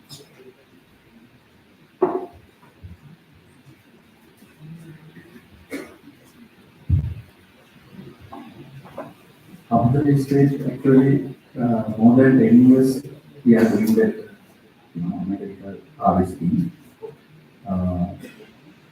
According to the yield, we have to about four rounds nitrogen. We have to apply 18, 4 rounds we have to apply. Okay, Mr. Kanda, what is your fertilizer frequency and the number of years? Doctor, recently I started not even 1 year, but as per the company policy, 49 to replacing yesterday I'm playing, but I same question I raised from the doctor who's monitoring my machine harvesting. They said at the moment what I'm applying is correct. Even the studies what they have done also on the same. If we are using machine harvesting, at the moment now we have extra application. If they actually did, was the same question I had with check with the others. Right. The second question, again to the two of you.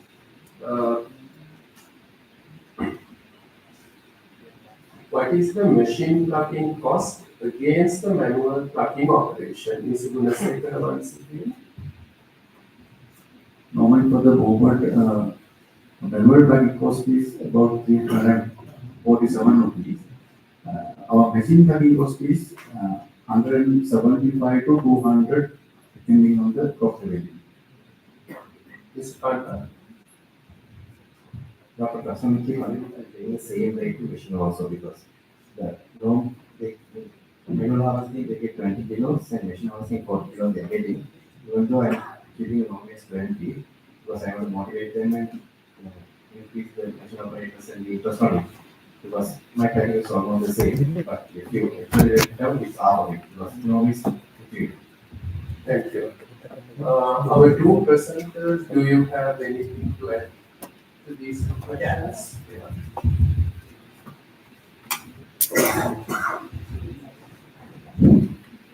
To this about observation disease and technical data, I have shown that mechanical harvesting costs, only harvesting costs around 220, it's really 184. Manual harvesting actually was about 350. Some cases we noticed 400 people, but it was not there. But the case is what we notice is if you put high norms, then the cost down. If you put low norms at the initial stage also, it goes up. And according to our calculation, even fuel harvesting, fuel operated machines and the petrol machines, of course, most of the time at a glance we see that the petrol machines give low cost, but actually they are depreciations come mostly 1 million, around 7,000. That's also we had. So there is no big variation there. But when it comes to fuel and the oil, I have calculated that also. It's Sampath, do you have anything to add to this question? These two questions? Yeah, actually, the cost factor and optimism there is we presented do some like plugging so that the natural parts would not get into the harvest. And therefore, if they come into the harvest, the COP go up and the population will go down, and therefore sorting out and lighter. So, in my words, healthier way of using the system. For that. Okay, I take a question from Dr. Hettiarachchi. The question is for Dr. Adiranake. Would the yield decline percentages encountered with BP fields is seen in the seedling fields as well. Yeah, actually, the seedling fields yield size is little bit lower than PP fields. In the seedling fields, actually, what we have experienced about 30-35, but in PPs that may go more than 50 to even 60 if we are using matching this kind of non-conductive methods.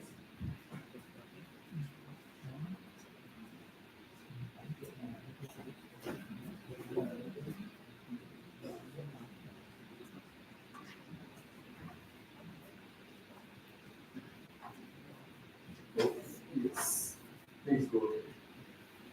Yes. There is another question by Professor Janati Mohanty. US and Mahindra's presentation gave that there are issues with currently used e-harvesting machines despite training of the workers, etc. How have you tried to address these using mainly developed machines that Dr. Mahasen mentioned about in his presentation? Yes. Madam, that is a new innovation actually, but we are working with the RC Clark Center. Actually, we have developed a mechanism to select which kind of part from what is lower than that. So presently we are testing the concept whether it works or not. Of course, we have some positive results as well. The mechanism actually I can't reveal here because it has some intellectual property rights. Thank you so much for listening. Next is Mr. Jalil Tilak. That is Tilak. Coal powered and battery powered harvesters with high reduce the percentage. How do you manage quality, NHA, and outturn and cost? Yeah, actually, I think almost entire my presentation was on that. These machines, of course, they cut anything comes in between the blades. So we have to be careful not to cut too many coarse feed parts or woody parts into the harvest. So that is the only way that actually we can do in the operation. And we can of course increase the effectivity of machines by planting, like things, and of course with using proper fertilizer, urea application, and other GAPs. So other than that, actually at the moment, till we are coming up with some mechanism for selective harvesting, those are the things actually we can do to minimize those adverse impacts. Next one is from Mr. N.K. Samaraliva, keyboard. With your study, do you recommend mechanized harvesting in smallholding and medium scale estates? Does this machines harvest in line and over leaf production? Does this affect the manual labor? Is that somebody asking about? Yeah, actually, whether or not smallholders or estate sector, if you are not able to maintain the proper plucking ground, as I mentioned earlier, at least 10 to 12 days ground, if you can't maintain your plucking ground, it is best for measures. Regardless, it is estate sector, smallholding sector, because extended plucking ground will also reduce your yield and you will have no other way to maintain the plucking ground other than going for machines in this country. Does this machine harvesting decline annual yield? Yes, as I presented earlier, it declines yield compared to 7-day manual selective harvesting rounds, but not extended manual rounds. So that is the answer. Thank you so much for the question.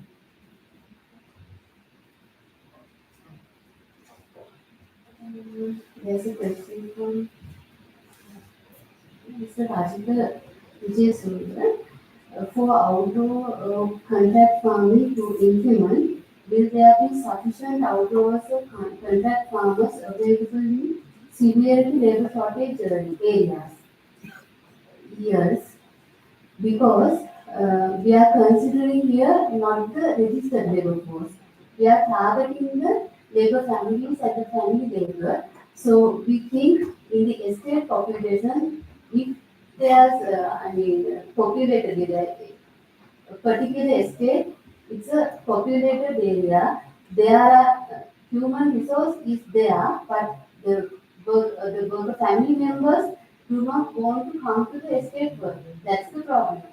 So we have to go for strategies to take these family members into the worker fields. So estates are doing this by, it's not necessary to have registered labor in the premises, but we can utilize non-workers and as well as we can go for, if we are providing outdoor fields, we can go for villages also. I mean, village persons also can take the outdoor fields. So I think we can address this issue from that. And second one, to motivate people to improve outdoor participate in this years.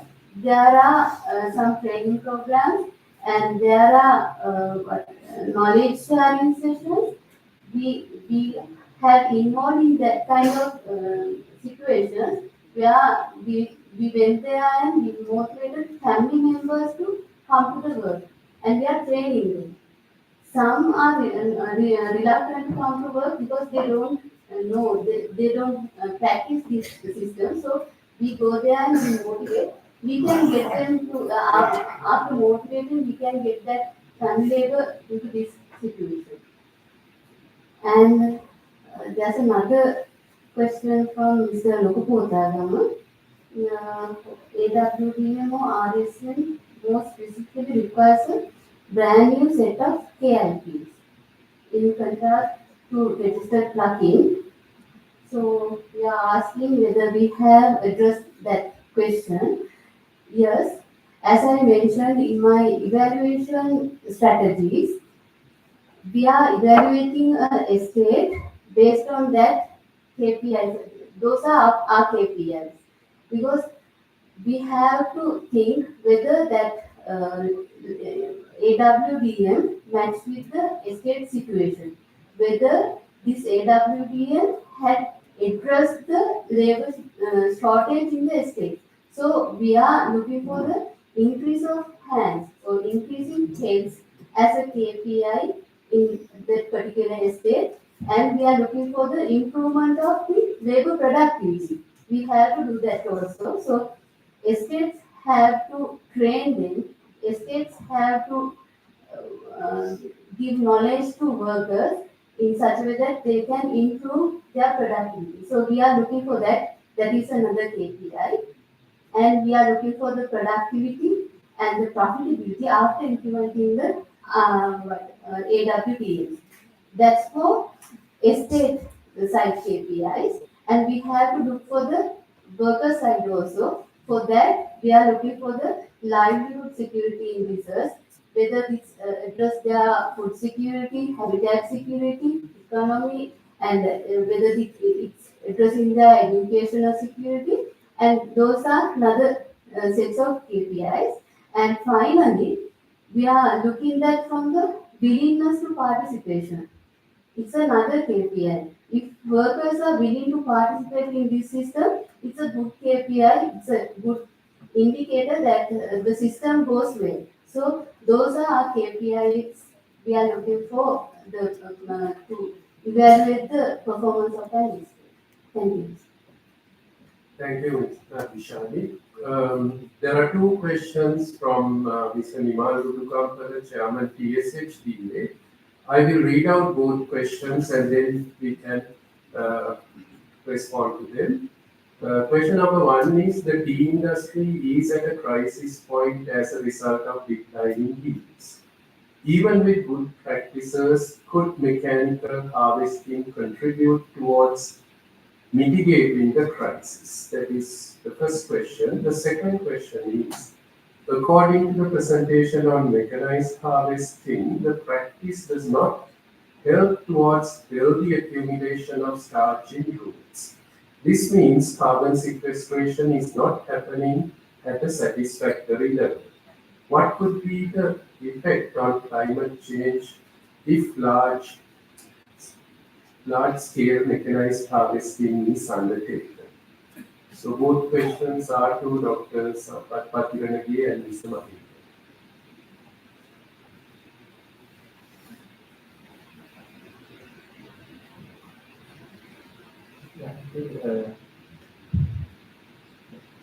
Actually, machines can of course help to present prices in this scenario. Of course, it is not the best, but we can survive with them. The tea industry can survive with them until we have some mechanism to do national selective harvesting. For your second question, actually, if we are doing operating the harvesters properly, as I mentioned, it will up to some extent will solve this problem because we are leaving adequate foliage for photosynthesis. So that is that actually I mean my answer for that question. Do you have anything other terms, Mahinda? Thank you for the question. According to our observation, there again, we have a set of, we work on certain strategies wherein we shall go for cash on harvest, mechanization, different work, motivation approach also we have obviously been done and all encouraged them. Anyhow, we have to manage. But the case is, even in the revolution, we go for mechanism. What it's there, that's me. Even for that, there again they have literacy. So that as you mentioned, really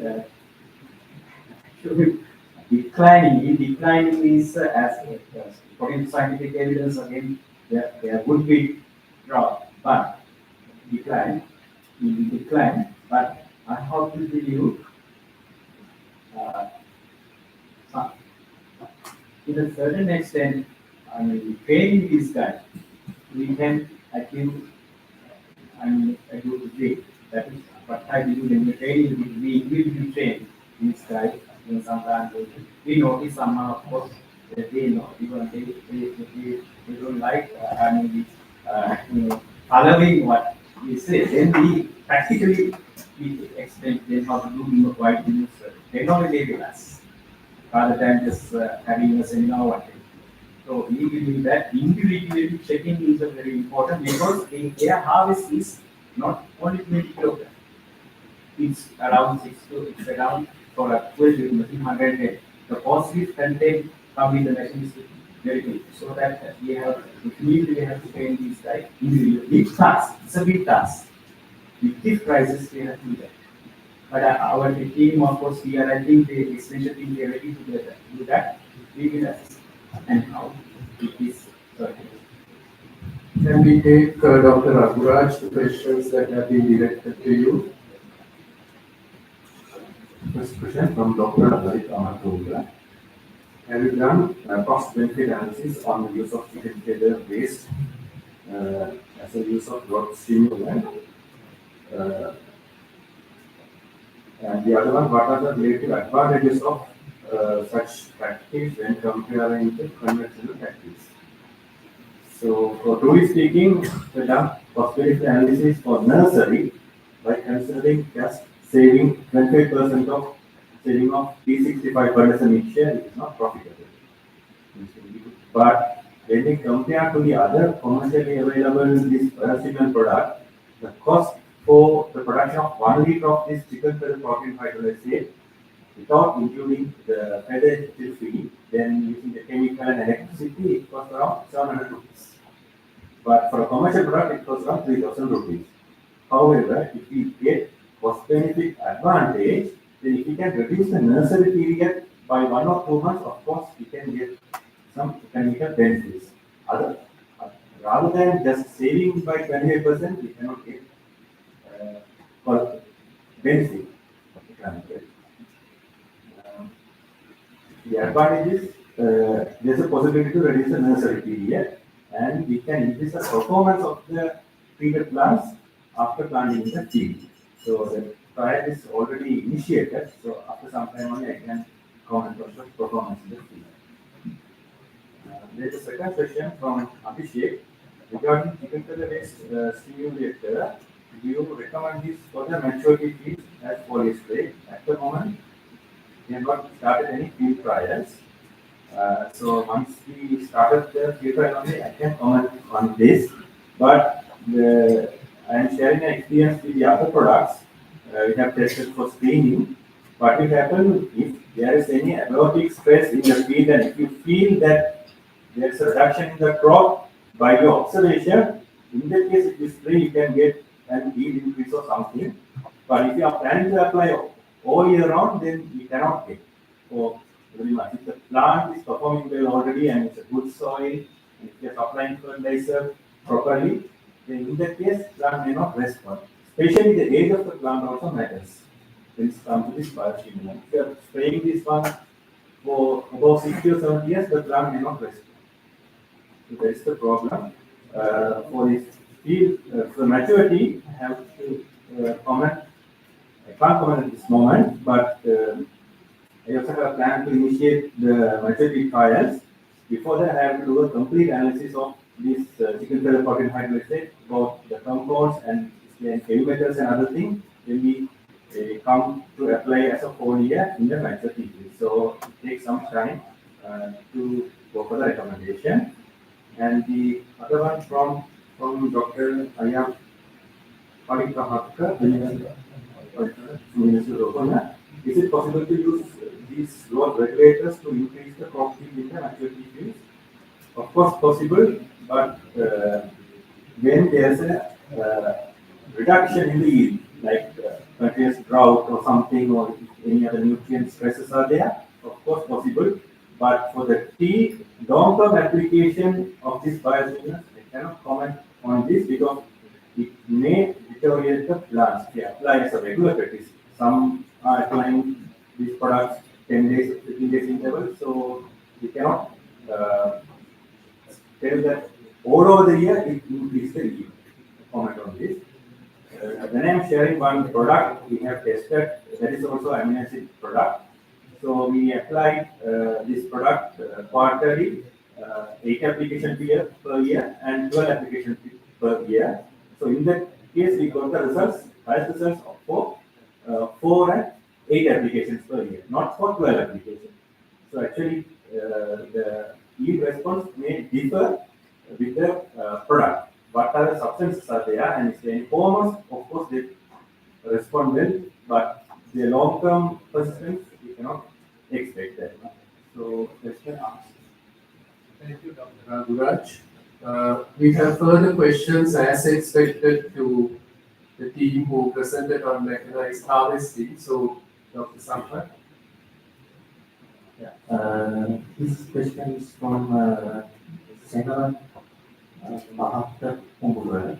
What is asking if we continue to do portable machine packing, at least there is a battery operated small machine what would be the percentage of yield decline in hard packing percentage loss and light packing percentage crop loss?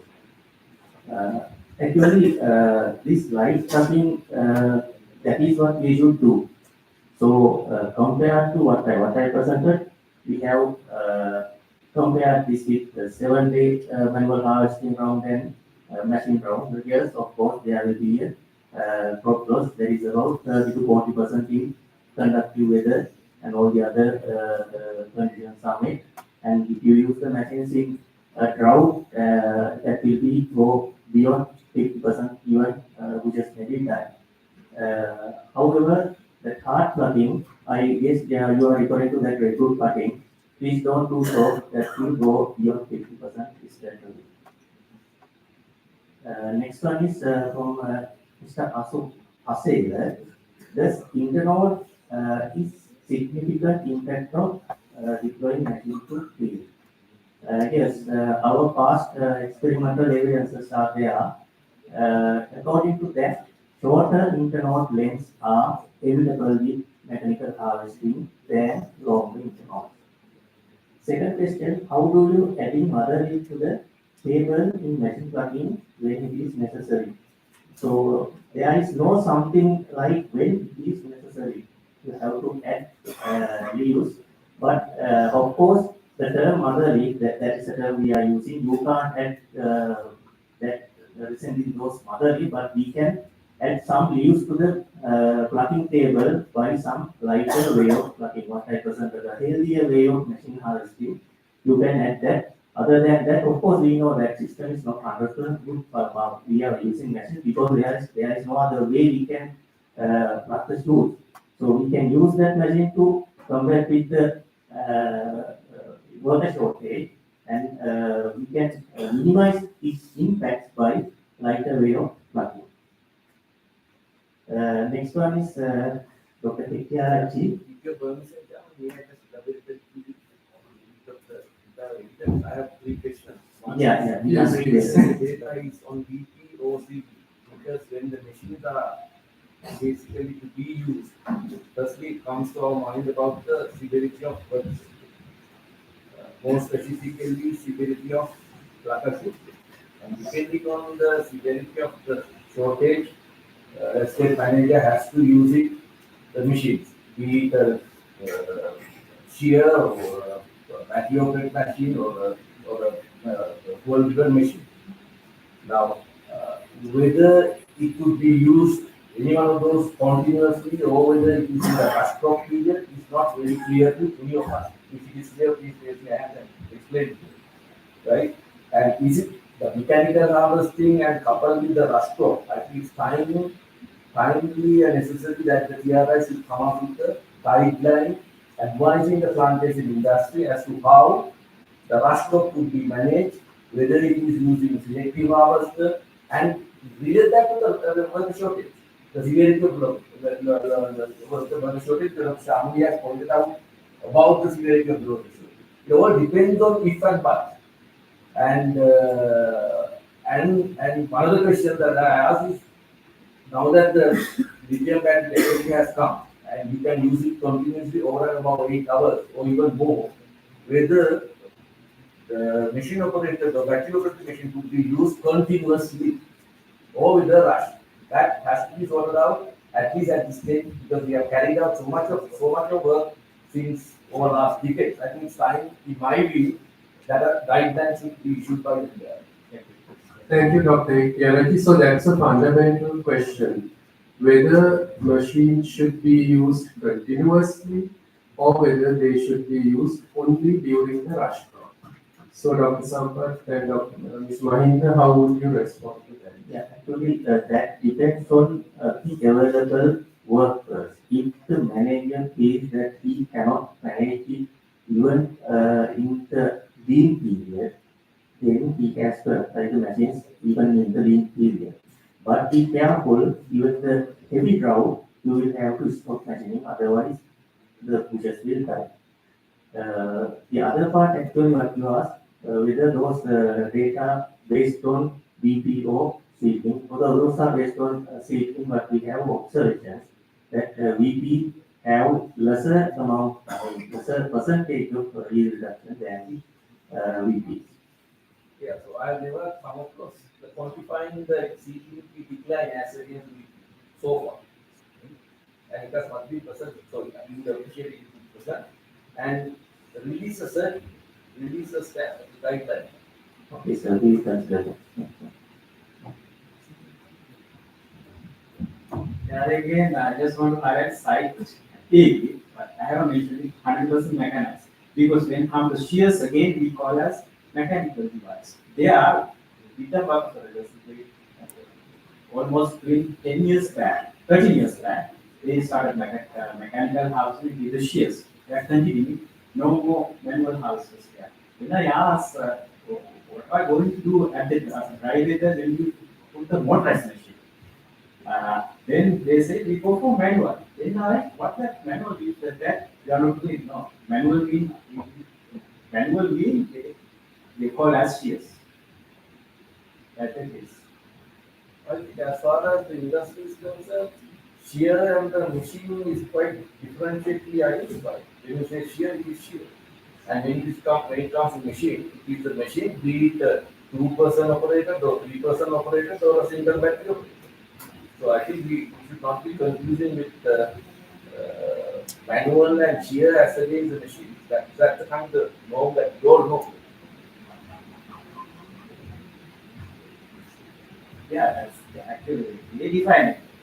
Like it was the shears, all the manual harvest they like to practice shears because of the workers of it they have introduced 30 years back. So they notice that it should be so very low, so they continue. They maintain the anti-parking grounds and all. With the motorized harvesting, right to the stop, they are harvesting. They can do the shear harvesting at the critical sites also. It is in the harvesting circular, it has been categorically pointed it out in the wet season as against the dry season to which point of harvesting unit should be done. I think it's very clear. But this is what I'm saying is we have to come up with a guideline advising the industry as to how these kinds of machines and the manual and the shears and the battery operated or the 2-person operated full-driven machine be used. Otherwise, there is no concrete guidelines for the state industry to use it. I mean, I myself faced that issue. I must have contacted almost all of you. Yeah, I think the point is well taken, Dr. Idiarachi. Dr. Mahasin, could you respond to that? Thank you for raising that point. Yeah, we are also done quite a work on this mechanization from both sides, from the production side as well as the machine side. So that, and the good thing is now we can see a lot of plantations are going far away, and they have started, and we have some information about long-term machine use and different types of machine use. So your point is well taken. So we will consider everything, and we will consider everything when we prepare this guideline. We also feel it's a necessity of the industry and we have to have a guideline, so definitely we will do. And I have another question. The question is whether have you observed any quality deterioration or improvement in machine harvesting? Yeah, so that obviously with the machine harvesting we can see we started the improvement of the lifespan because we will not get any damage. We can minimize damage and if you can do proper sorting, obviously can improve the lifespan. But if you want to, we also want to see whether any chemical quality improvement or the sensor properties are improved with machine harvesting. We are able to work on that. We have started that. And obviously, the standard could be improved with this machine harvesting. We have witnessed it. There's another question that is from Ms. Rashmi from Ministry of Plantation Industries and Infrastructure. So it's related to me based on my presentation. What are the special cultivars of PRI 5000 series suitable? Yeah, in 5000 series so far we have recommended for country and over 4 cultivars for country and 3 cultivars for over. Out of the 3 cultivars recommended for over PRI 5006 that could be used for specialty tea production. While tea as well as property production is a local color cultivar and which in anthocyanin, which in low side pubescence. So that it's a good indicator, it's a good potential cultivar for production of cigarettes and purple tea. And 5002, that's another recommended cultivar, is a very good cultivar for production of quality teas because the quality characteristics of 5002 is very high compared to other available quality cultivars. And almost all 3 cultivars recommended for wood and 4 cultivars recommended for country are distal resistant cultivars. And two cultivars recommended for over 5,002 and 5,005. They are drought tolerant cultivars. So there are a lot of favorable characteristics compared to existing recommended cultivars. So therefore, we encourage our plantation friends to collect 5,000 series cultivars and select them in your next replanting and improving programs. And the second question is, if they are recommended for over region, will they perform in Ratnapura as well, especially on the nematode infested fields? Yeah, generally when we do a cultivar recommendation in Sri Lanka, we categorize tea growing regions into four: upcountry, mid-country, poor and low country, depending on the regional issues. We specifically formulate regional specific breeding objectives. So therefore, some of our recommended cultivars are general adapted cultivars. They can grow in all four regions, but some cultivars they can only grow in that particular region only. So these 5,000 series cultivars, only the recommended 5,000 series cultivars are only well adapted in upcountry and rural. It will not perform well in the Ratnapura region. For Ratnapura and other local regions, we have tested and we have earmarked another set of 5,000 series cultivars, which we are going to recommend within the first quarter of the 2005. Most of these cultivars, we evaluated their performances against nematodes, nematode species and nematodes. So we tested their performances against nematodes. So at the time of recommendation, we will rate based on their tolerance and we will recommend only tolerant cultivars. If I answered the questions. I think we have gone through all the written questions. So now the floor is open for any other questions, anything that came to your mind out of the discussion, any verbal questions that we can take. Yes, please. Can we have a mic there? Implementing mechanisms. Yes, please wait until we get the mic and please identify yourself and then. So we've been doing RSM for really successful back in demo. That's over, but the same is not the case at Cambodia, where now we are moving into mechanization. But we are still having the same issue of aging population and declining number of workers hands. So even to implement mechanization, we are having difficulties with the aging population. So have you, have the mechanization researchers, have you thought of or done any researches that you could integrate alternate worker deployment methods and mechanization? Yeah, thank you. A really interesting question. And also you mentioned an important point. We have a declining worker population and an aging population, where both presenters mentioned that mechanized harvesting is better practiced by the younger workers. So there is a challenge there as well. So I would give the opportunity first to the group that presented on mechanized harvesting, and then also I will give an opportunity for the presenter on alternative worker deployment models. First, group on mechanized. We can start with presently what you are having the younger crowd. And when they see that they are getting some benefits from it, because we have seen that some states are doing that. When they see that getting some benefits, they will come into the machines.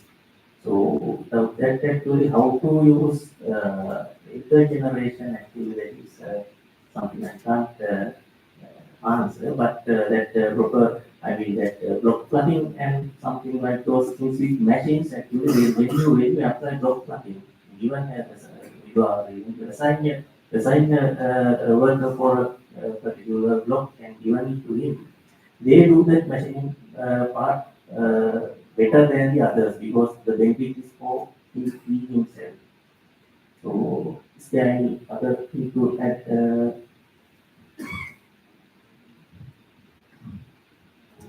It's a good approach to us also.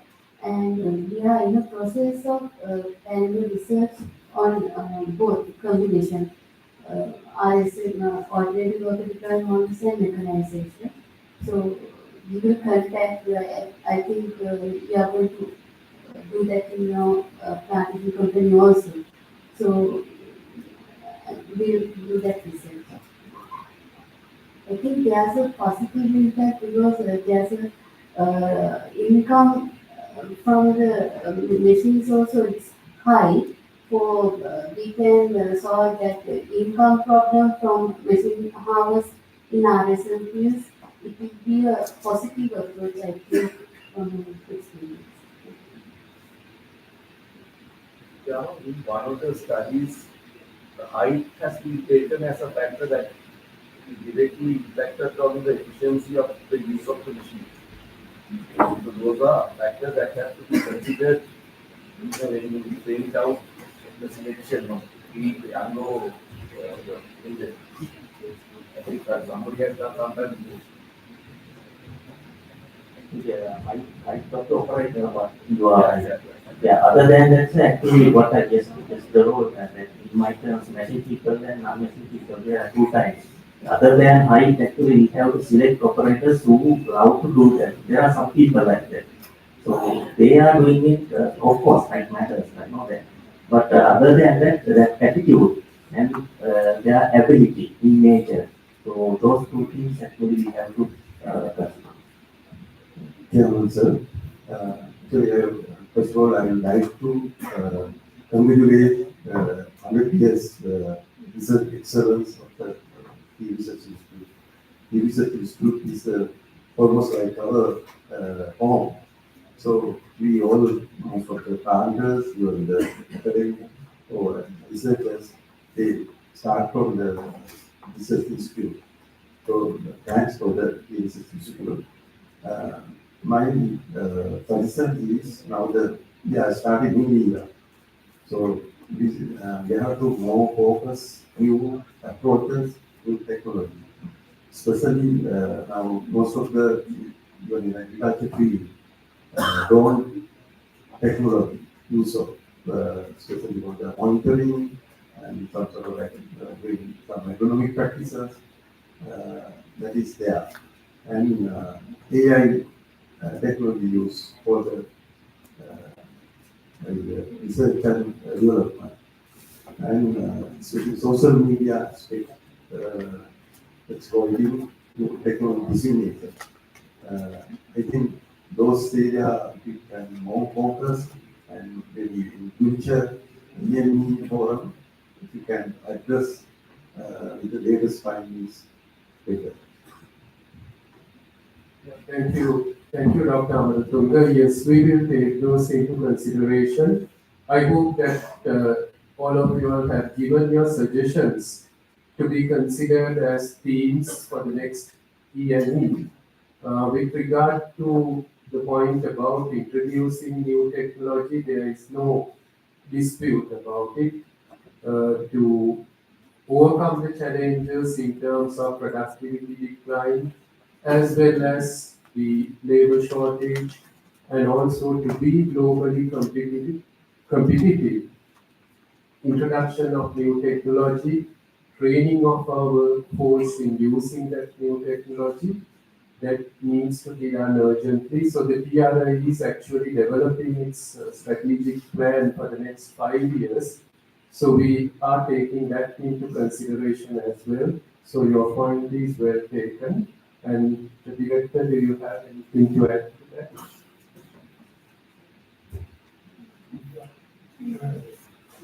Thank you, Mr. Amaratunga. And I think the two areas you mentioned, AI and non-applications, I think we initiated a couple of studies. Since a couple of plantation companies have already started the application of drones and use of drones in the poly applications and one is fertilizer applications also. So yes, we have initiated some work, and here also we have to get the industry support because we care money. Because since the industry has already started using drones, we can collect information from them. So maybe we can support them with correction of certain dosages, correct dose, application of correct dosages, and maintaining drone heights and what should be the best muscle sizes you want to use and the dilution ratios. So definitely here I would support and here I would work with the industry and develop those information. Those are the information required by the industry from us since they have already started use of drones. AI technology as I also earlier mentioned, yes, that's another good tool. So not only on quality aspects, even for other aspects, yield forecast, disease forecast. So we can combine multiple data and we can work with those AI technologies. We have initiated, as Chairman very correctly mentioned, we have included some of these projects into the next strategic plan. Can I just, Chairman, as to AI, the project that the TRI has undertaken with Spectrify AI has taken from end product observing the supply chain, but not from the producer point of view. So I think there is a lot more room for the deployment of AI from the measurement of the release standard up the way to factory and even the factory measurements at different stages. So please explore those possibilities as well. Yeah, so as Sandy said very correctly, yes, I think in the first phase we thought of starting with the product, and the second phase, yes, we agreed with them to develop computer-aided model for identification of good lead percentages, and we are working on it. We are working with this. Good afternoon, Chairman. I'm Dushan Kajatulaka, Senior Group Manager, Matagale. So what I wanted to clarify is going through the mechanical harvesting summary findings. You all have mentioned manual harvesting is about 11%, reduced percentage, and it goes to fuel power and battery power is about 22%. So it shows that the quality of the leaf is not best as a manual harvesting. But when it comes to the cost that you all have said, it's about the half of the manual harvesting cost.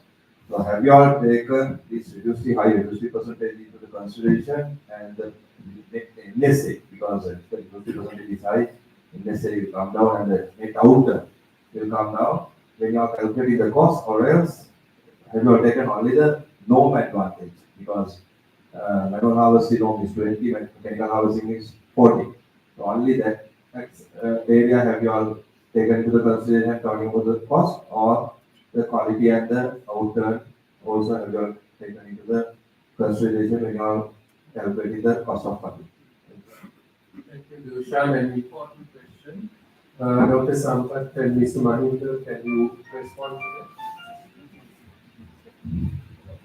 that? A good point, really, because we can consider the NSA, because when you're going to analyze statistically, is again the variation in a 0.001 even a lot of money, but we consider on two costs. That's the correct data.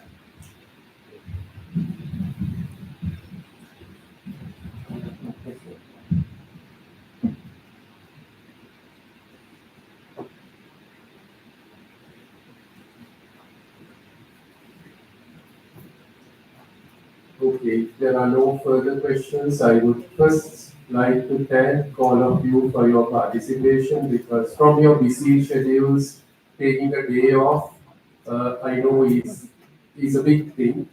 So thank you for your presence. Thank you for your active participation in the session.